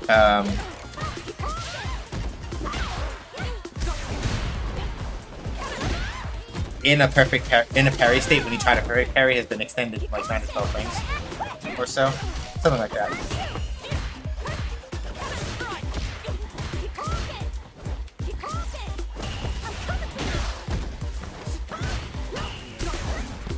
Wanted to try to drive reversal there. No.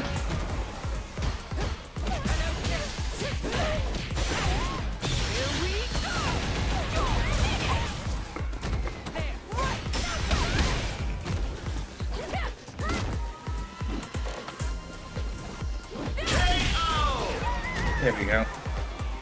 No problem. Get ready, fighter. I was hoping to do that into LP spin knuckle and kill. So that was my plan there, basically. Yep. Good.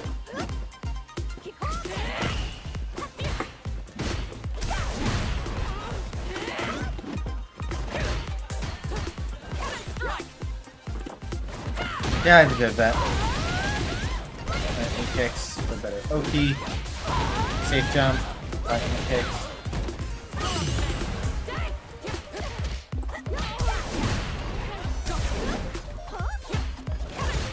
Get too high up. Keep token.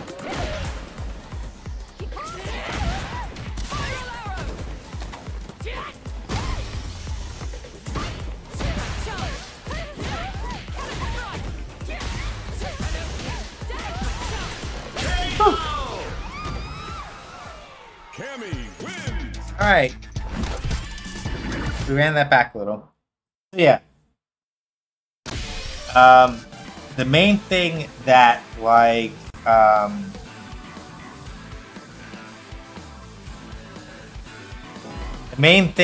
makes it really... I think that's the thing I'm feeling sort of like the most, I guess, out of all the patch changes. Like, the fact that I know that I cannot spin... Not that spin knuckle is the thing you should have been using carelessly anyway, but knowing that in, like, fireball matchups, I have to basically make, like, a really hard call out using spin knuckle to make spin knuckle work. I feel a type of way about that.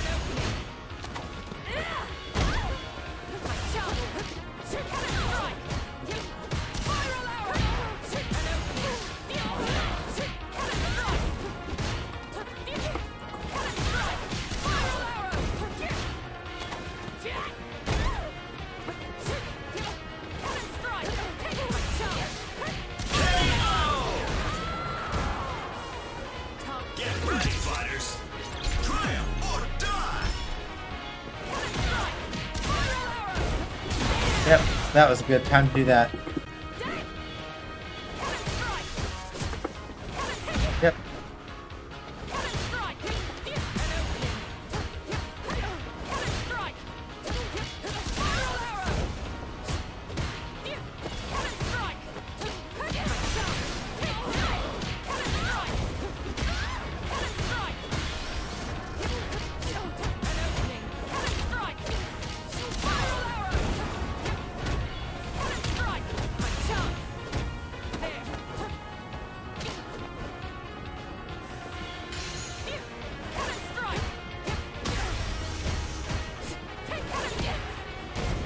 Alright, I think that is probably the other change is getting me a little bit.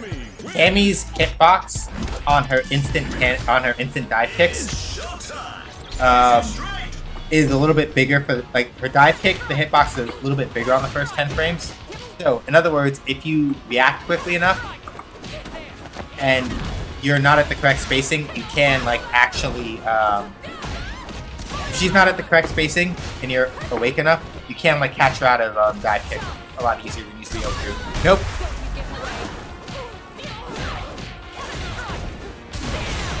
P. Nope.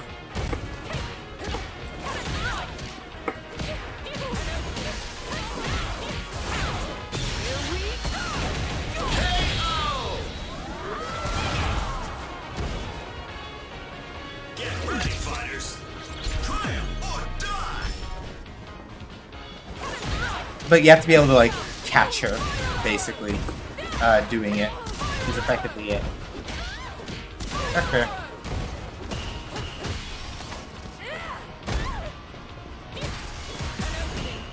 No.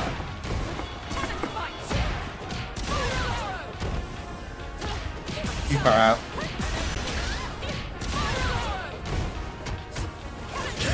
That's good. So yeah, that's what I mean, right?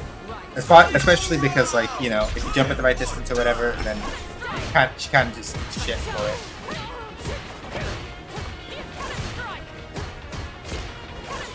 Oops.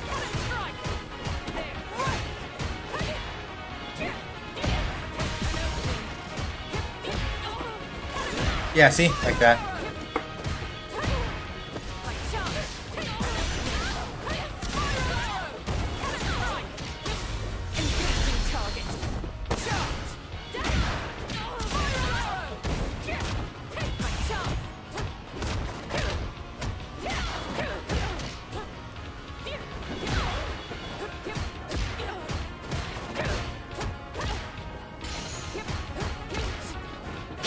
Yeah. Cammy wins. And that's the annoying part about the mirror, right? Because like it's all the same stuff that you like to do, except that now you have to like read it out of somebody who has a different cadence for these things than you do.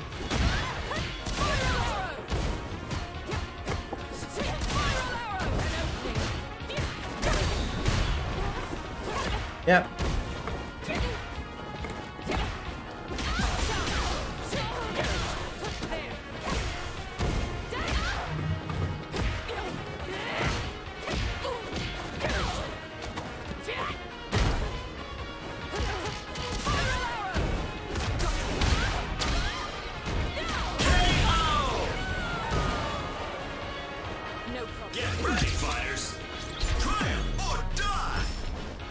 Yeah, I was like,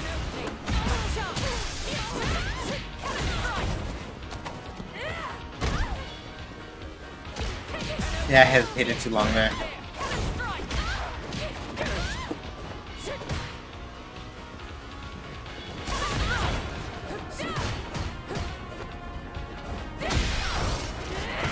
Plus.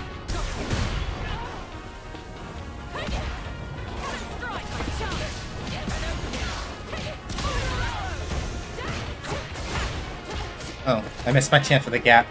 So, the thing about that target combo is that after the second hit, right, you can interrupt it. It's not like an actual, like, airtight block string.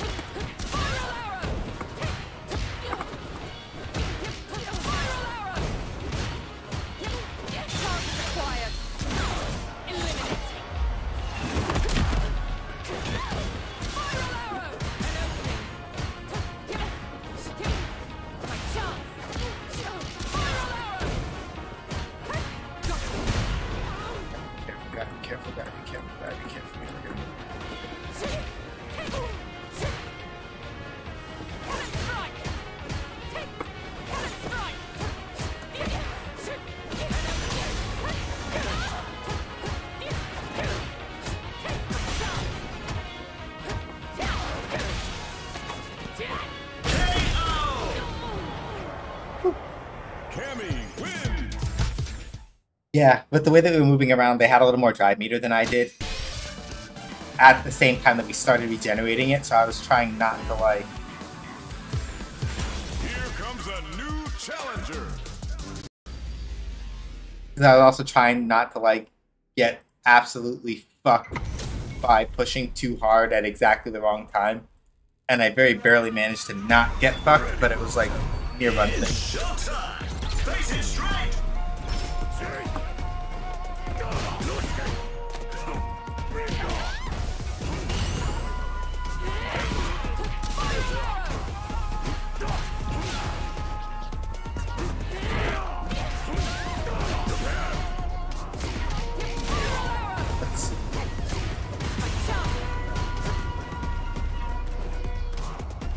Nope, nope, nope.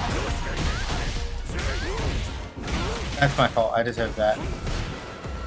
So fitting, I think that Zukuma's going to throw fireballs from full screen, and I shouldn't do that because they didn't present that option.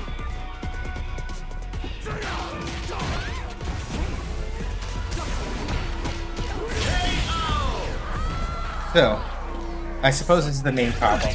Because like walking at it, like a walk and stop with a Kuma, the main problem that I run into is mostly that like that 5 HP reaches really far.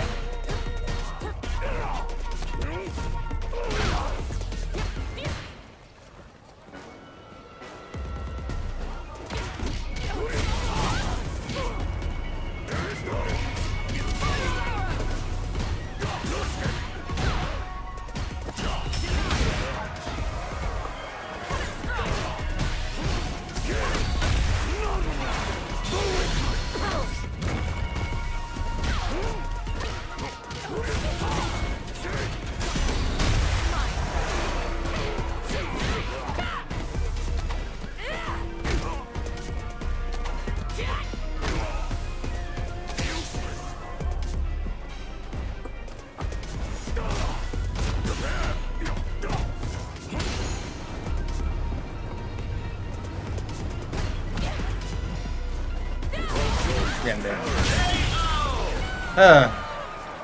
Akuma. Yeah, so that, I guess that's the main thing to worry about.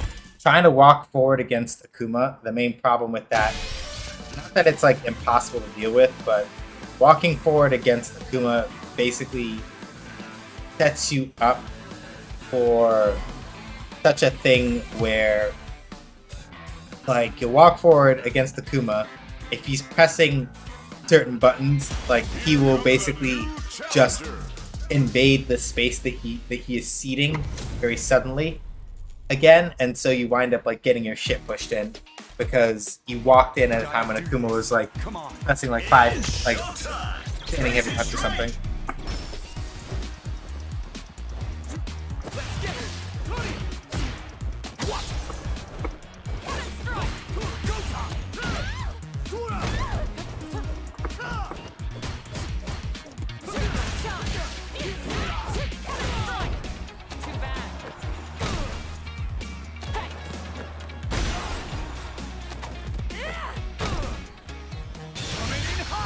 Thank you.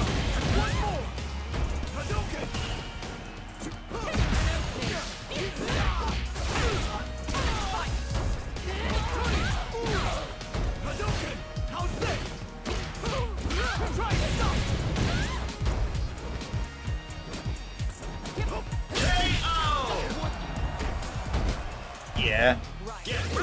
A little risky to like run that Ken down like that, but eh.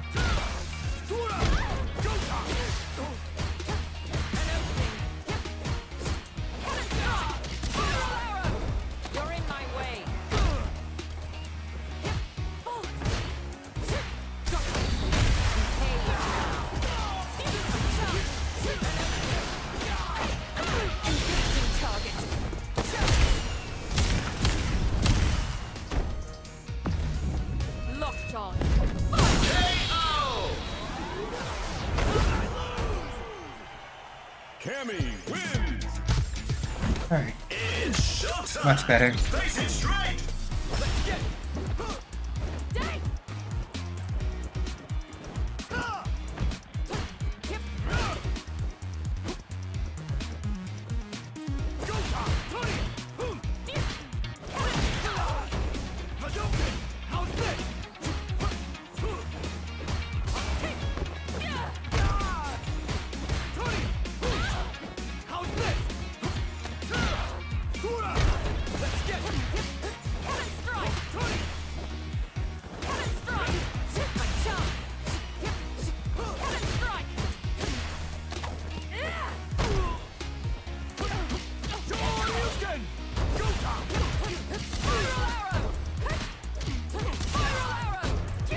There you go.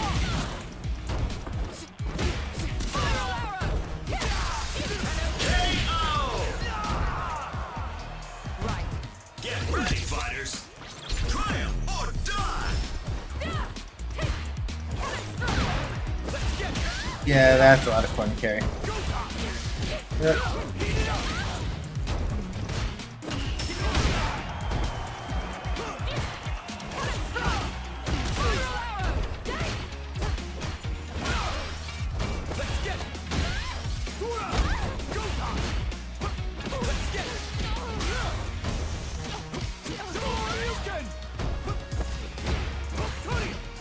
Yep. So when he does that, and you get the Toria, if you have anything that is like, if you have like an ODDP or like a reversal or whatever, you can blow through at that point with that.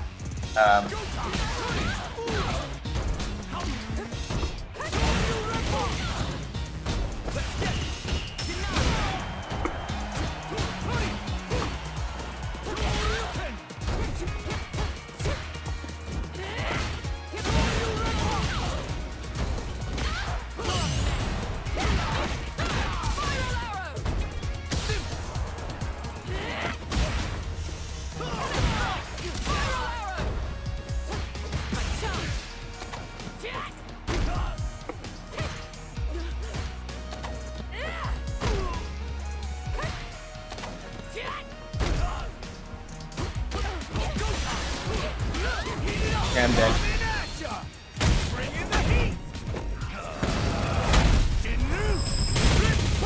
Yeah.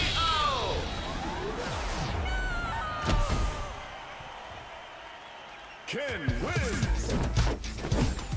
It's showtime. Face it straight.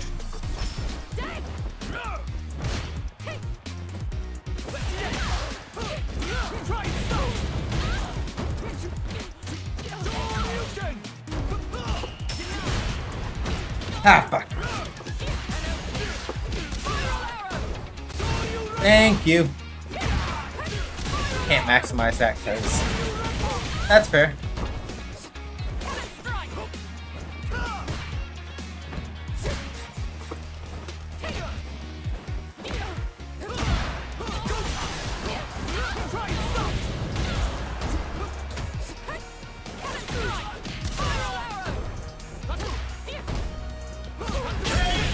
I was trying to see if they were gonna like do Super Art 1 or something to try to like stuff me out, but no.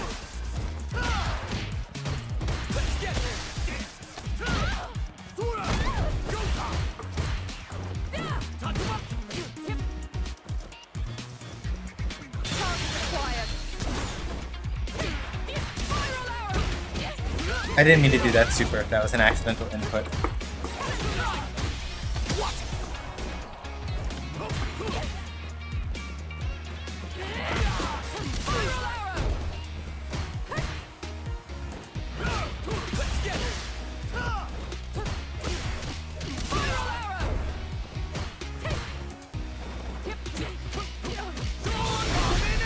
I should be dead. Yep, that's dusted.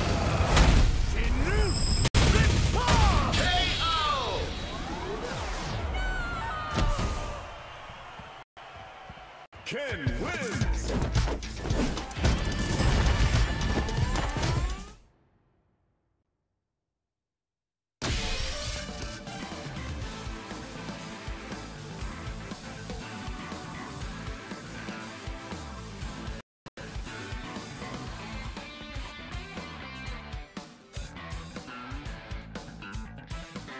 Woo.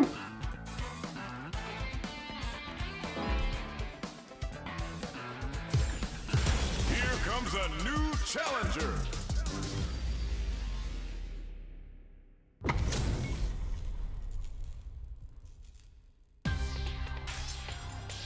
Alright, now we get to see Aki's outfit 3. It's showtime. Face it straight.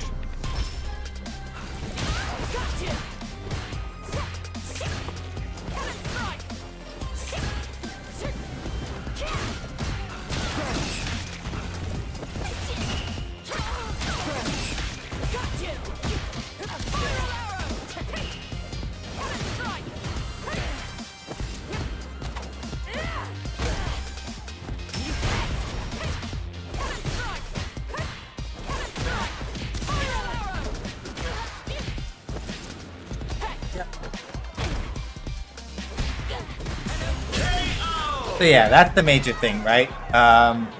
If you would, so I was trying to talk about it earlier and I kept like shutting off midway through because my brain was doing that. Basically, if you attempt to do like a parry, right? And you like if you attempt to do like a parry or a perfect parry, right? The minimum amount of time you have to stay in the parry has been increased. So basically, it was meant as a change to sort of like actually make whipping a perfect parry much more impactful.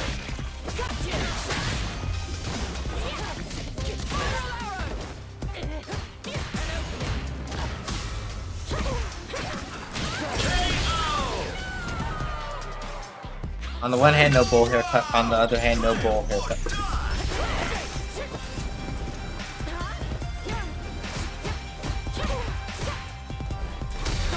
Yeah, don't drive impact against jump-ins.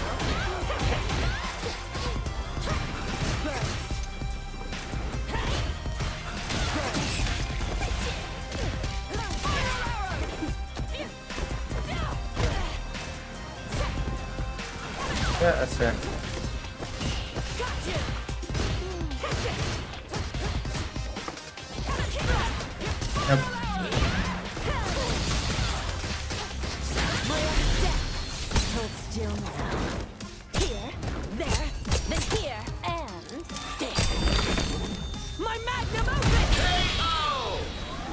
Yeah,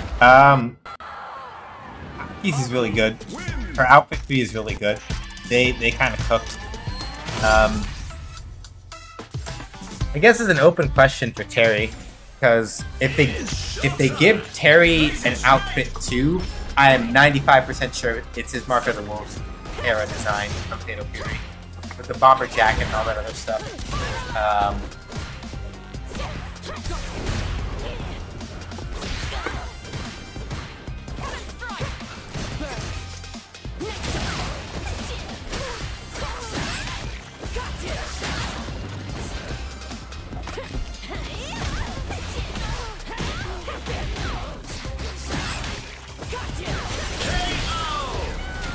Why am I trying to challenge it on those knockdowns? I was pressing buttons.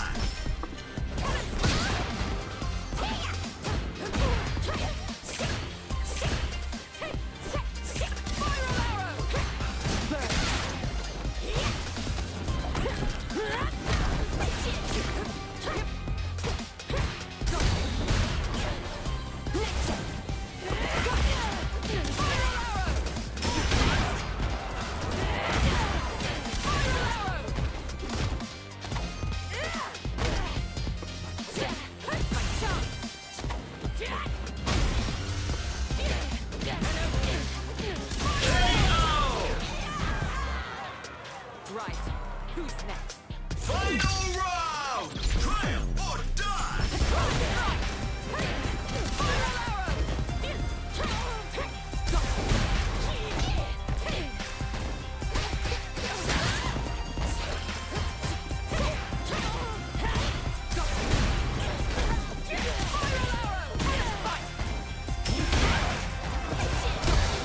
Oh yeah, I deserve that. That was a good one.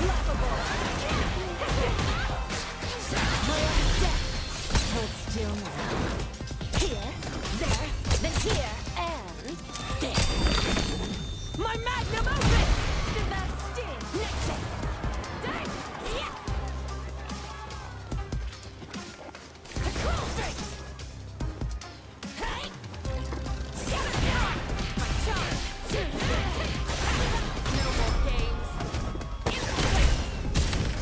This is not going to kill. Much as I wish that it would, it will not. Assessing damage now. Wow.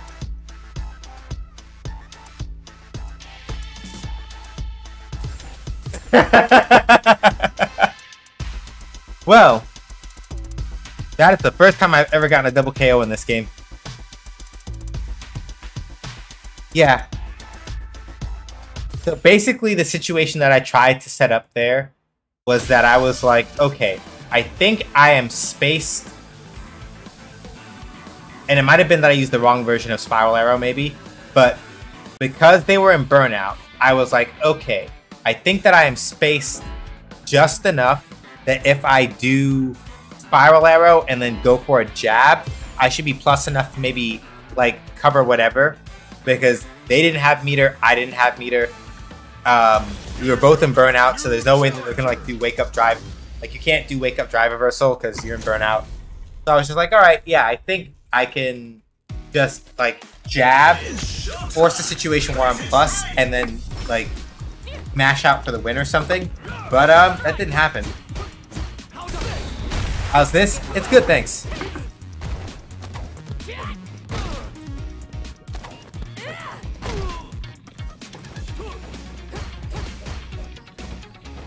Oh, shouldn't have done that.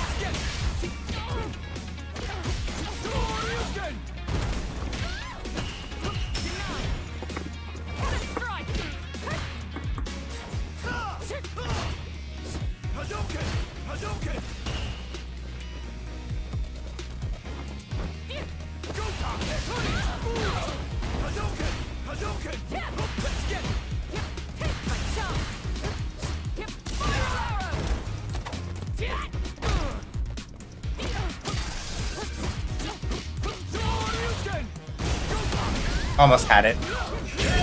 I was mashing Super Art 1 to get through that.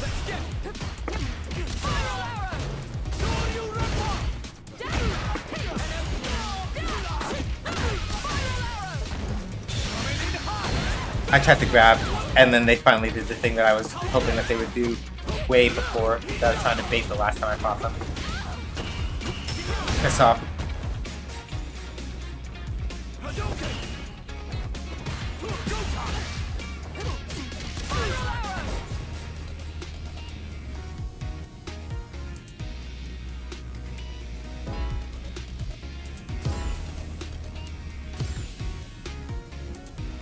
That might have just been an internet burp.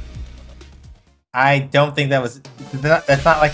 I don't think that's a situation where I could have run that back. Or sorry, it wouldn't have been a guaranteed run back. Is the better way for me to put that.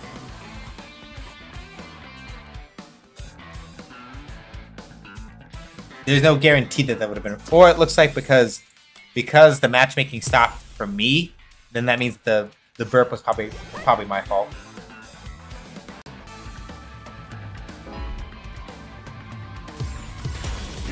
A new challenge.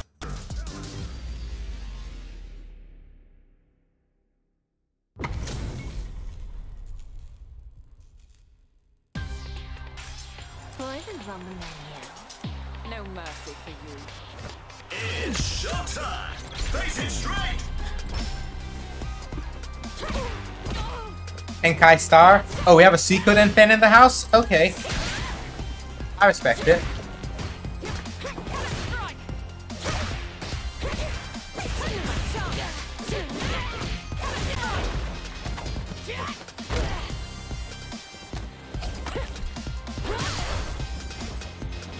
Nope, that was too far out.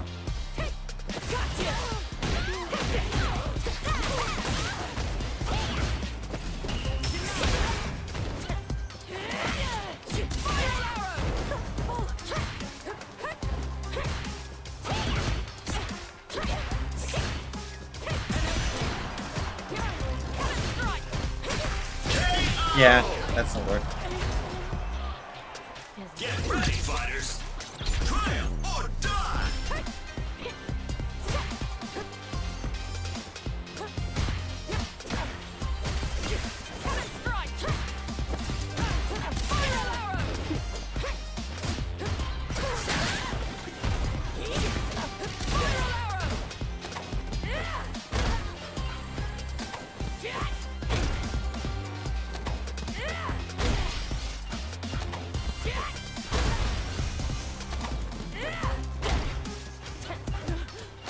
To go.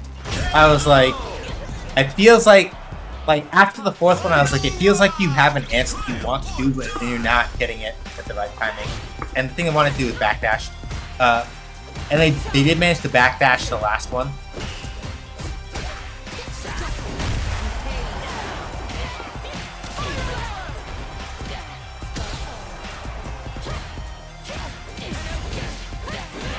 Alright, gotta be easy on the green slime for a little bit.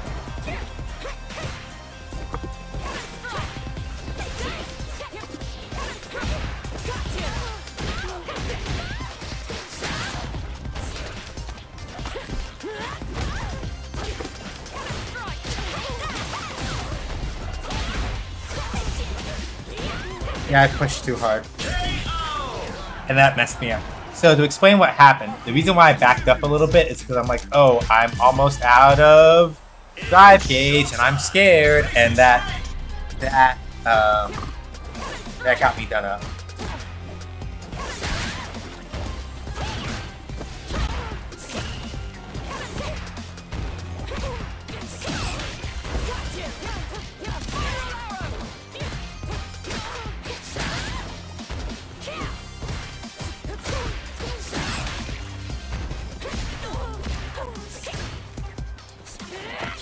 Yep, they backed up a little bit, so that wasn't gonna work.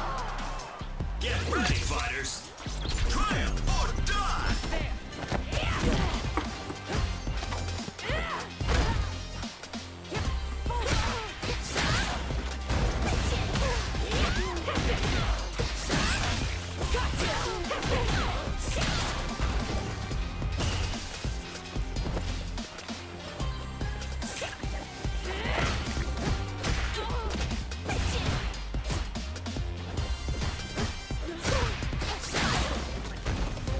Yeah. Mashing when I shouldn't have been mashing, and I got got. Aki wins.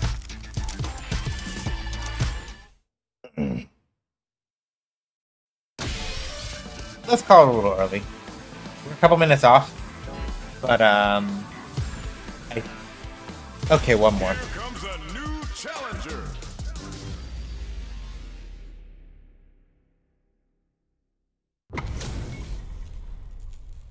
All right, let's see. Beginning operation. It's showtime. Face it straight.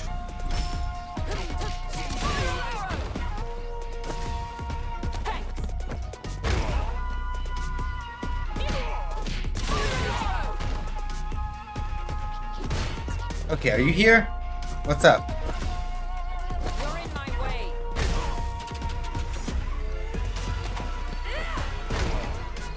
Perfect. Target. Get ready, fighters. Triumph or die.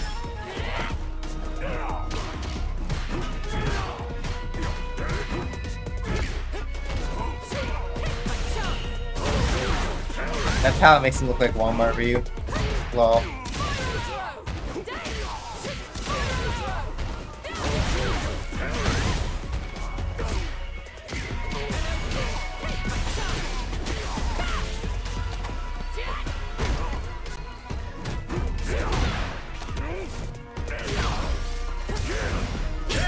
Oh, I get it. No, you're just sloppy. At first, I'm like, Cammy are you a bot or are you just you're sloppy? face it straight.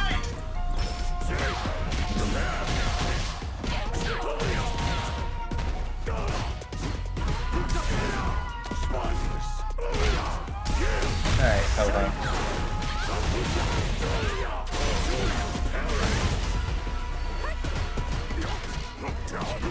Did I get hit by like the Wimplo thing? Like, we have chained him incorrectly as a joke. And then very suddenly not the case anymore. When did you like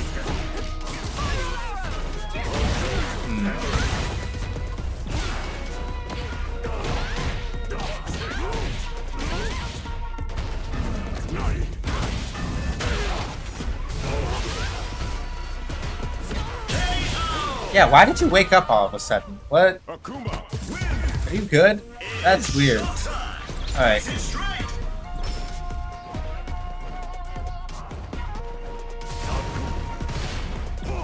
Alright, can't do that.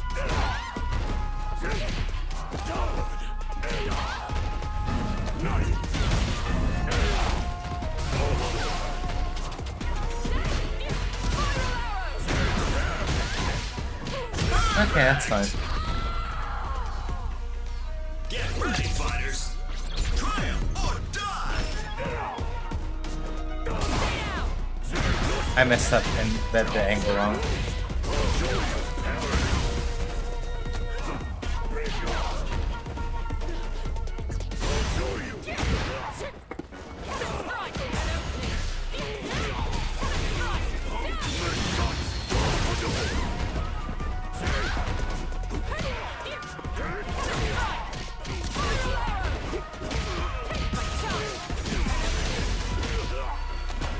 Yeah, like, you're all over the place. That's wild.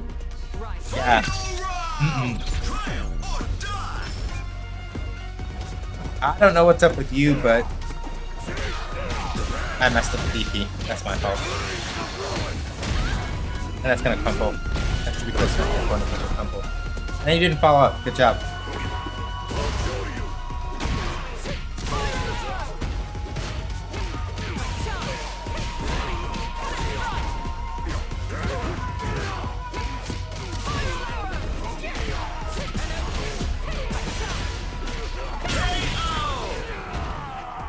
Yeah.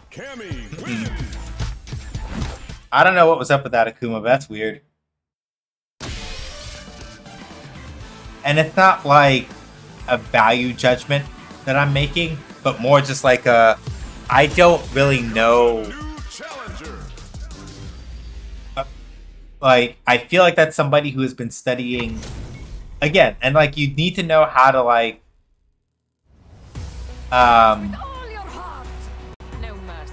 like, I know that you know that you need to, like,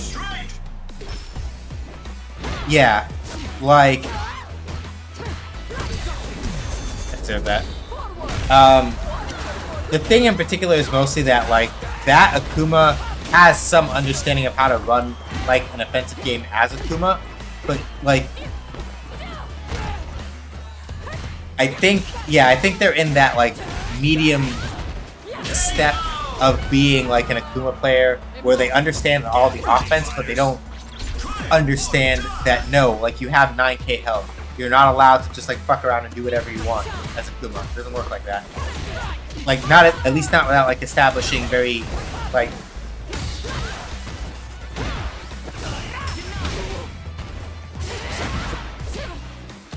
you can't kind of just fuck around and do whatever you want as Akuma unless you've established like very explicit like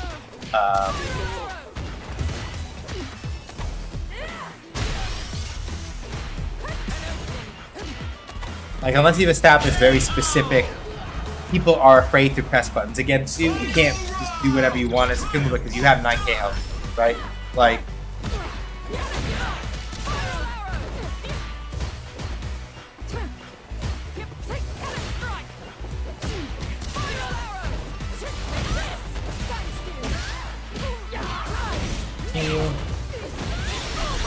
that hurts. And they're gonna get back some drive gauge, and I'm going to be probably in or close to yellow health. Yeah, close to, but not in. Yep.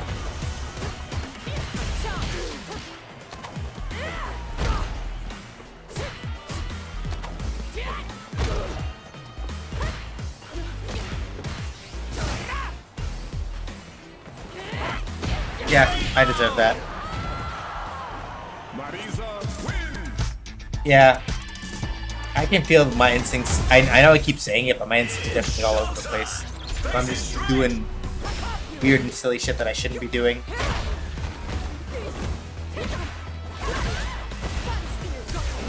Yeah, no, that was close to that.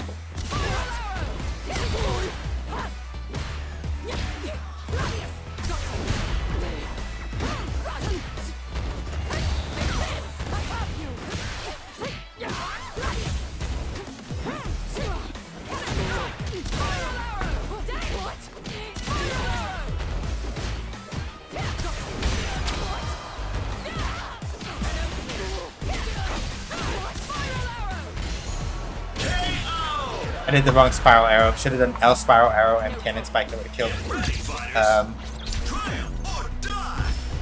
No.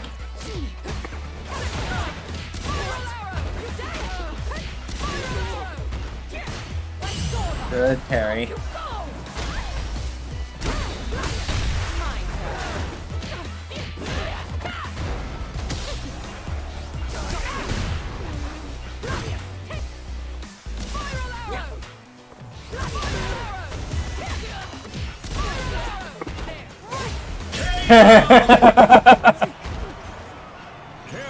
That was entirely not on purpose.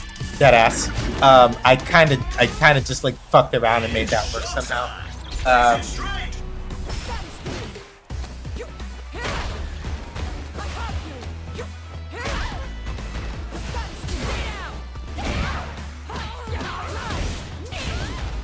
And I deserve that, honestly.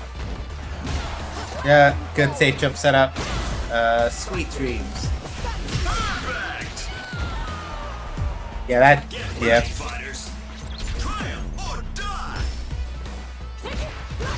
Yes. There we go.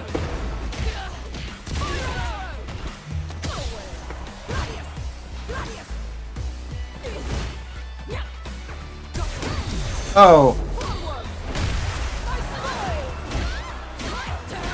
I wonder if she's always been able to, like, special cancel that. Or if that's, like, a patch change. Maybe not a patch change. I think she's probably had that for a while.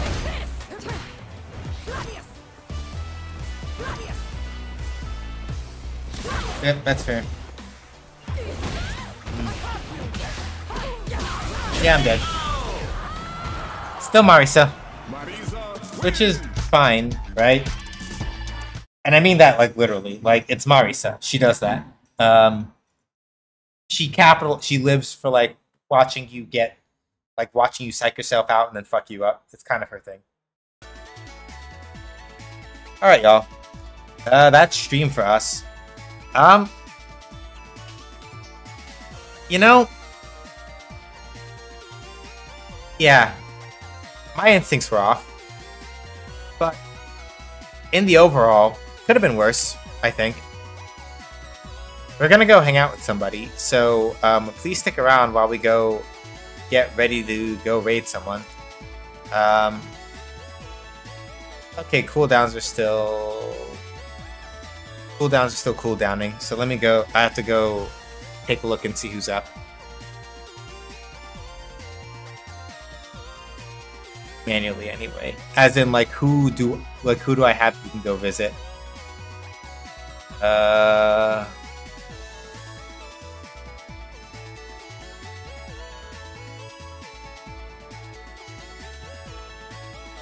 Yeah, I know where we're gonna go.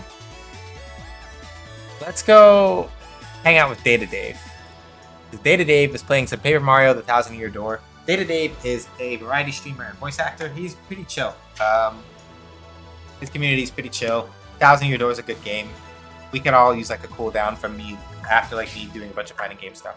So, not game news. Stream news. Sunday, 5 p.m. Eastern Time, Breath of Fire 4. Wednesday, 6 p.m. Eastern Time, more game dev stuff. Maybe Shoot Lancer. I think at this point I may have knocked out the majority of the things that were on my Shoot Lancer task list. So I don't really have a bunch of stuff to do with that. We'll see though. And then next Friday, if Nedmaster is out in DNF Duel, we might play that. If not, I'm not really sure. We'll see how that goes. But yeah, when we go raid Dave, please give him an SJH does raids. Like so. Make sure that you throw in your favorite emotes and all that other stuff if you let him know who sent you. And yeah, thanks for hanging out. Thank you for also like enduring me going like, what the fuck about like Terry Bogard and Mai Shiranui being in a Street Fighter game. Like what is happening?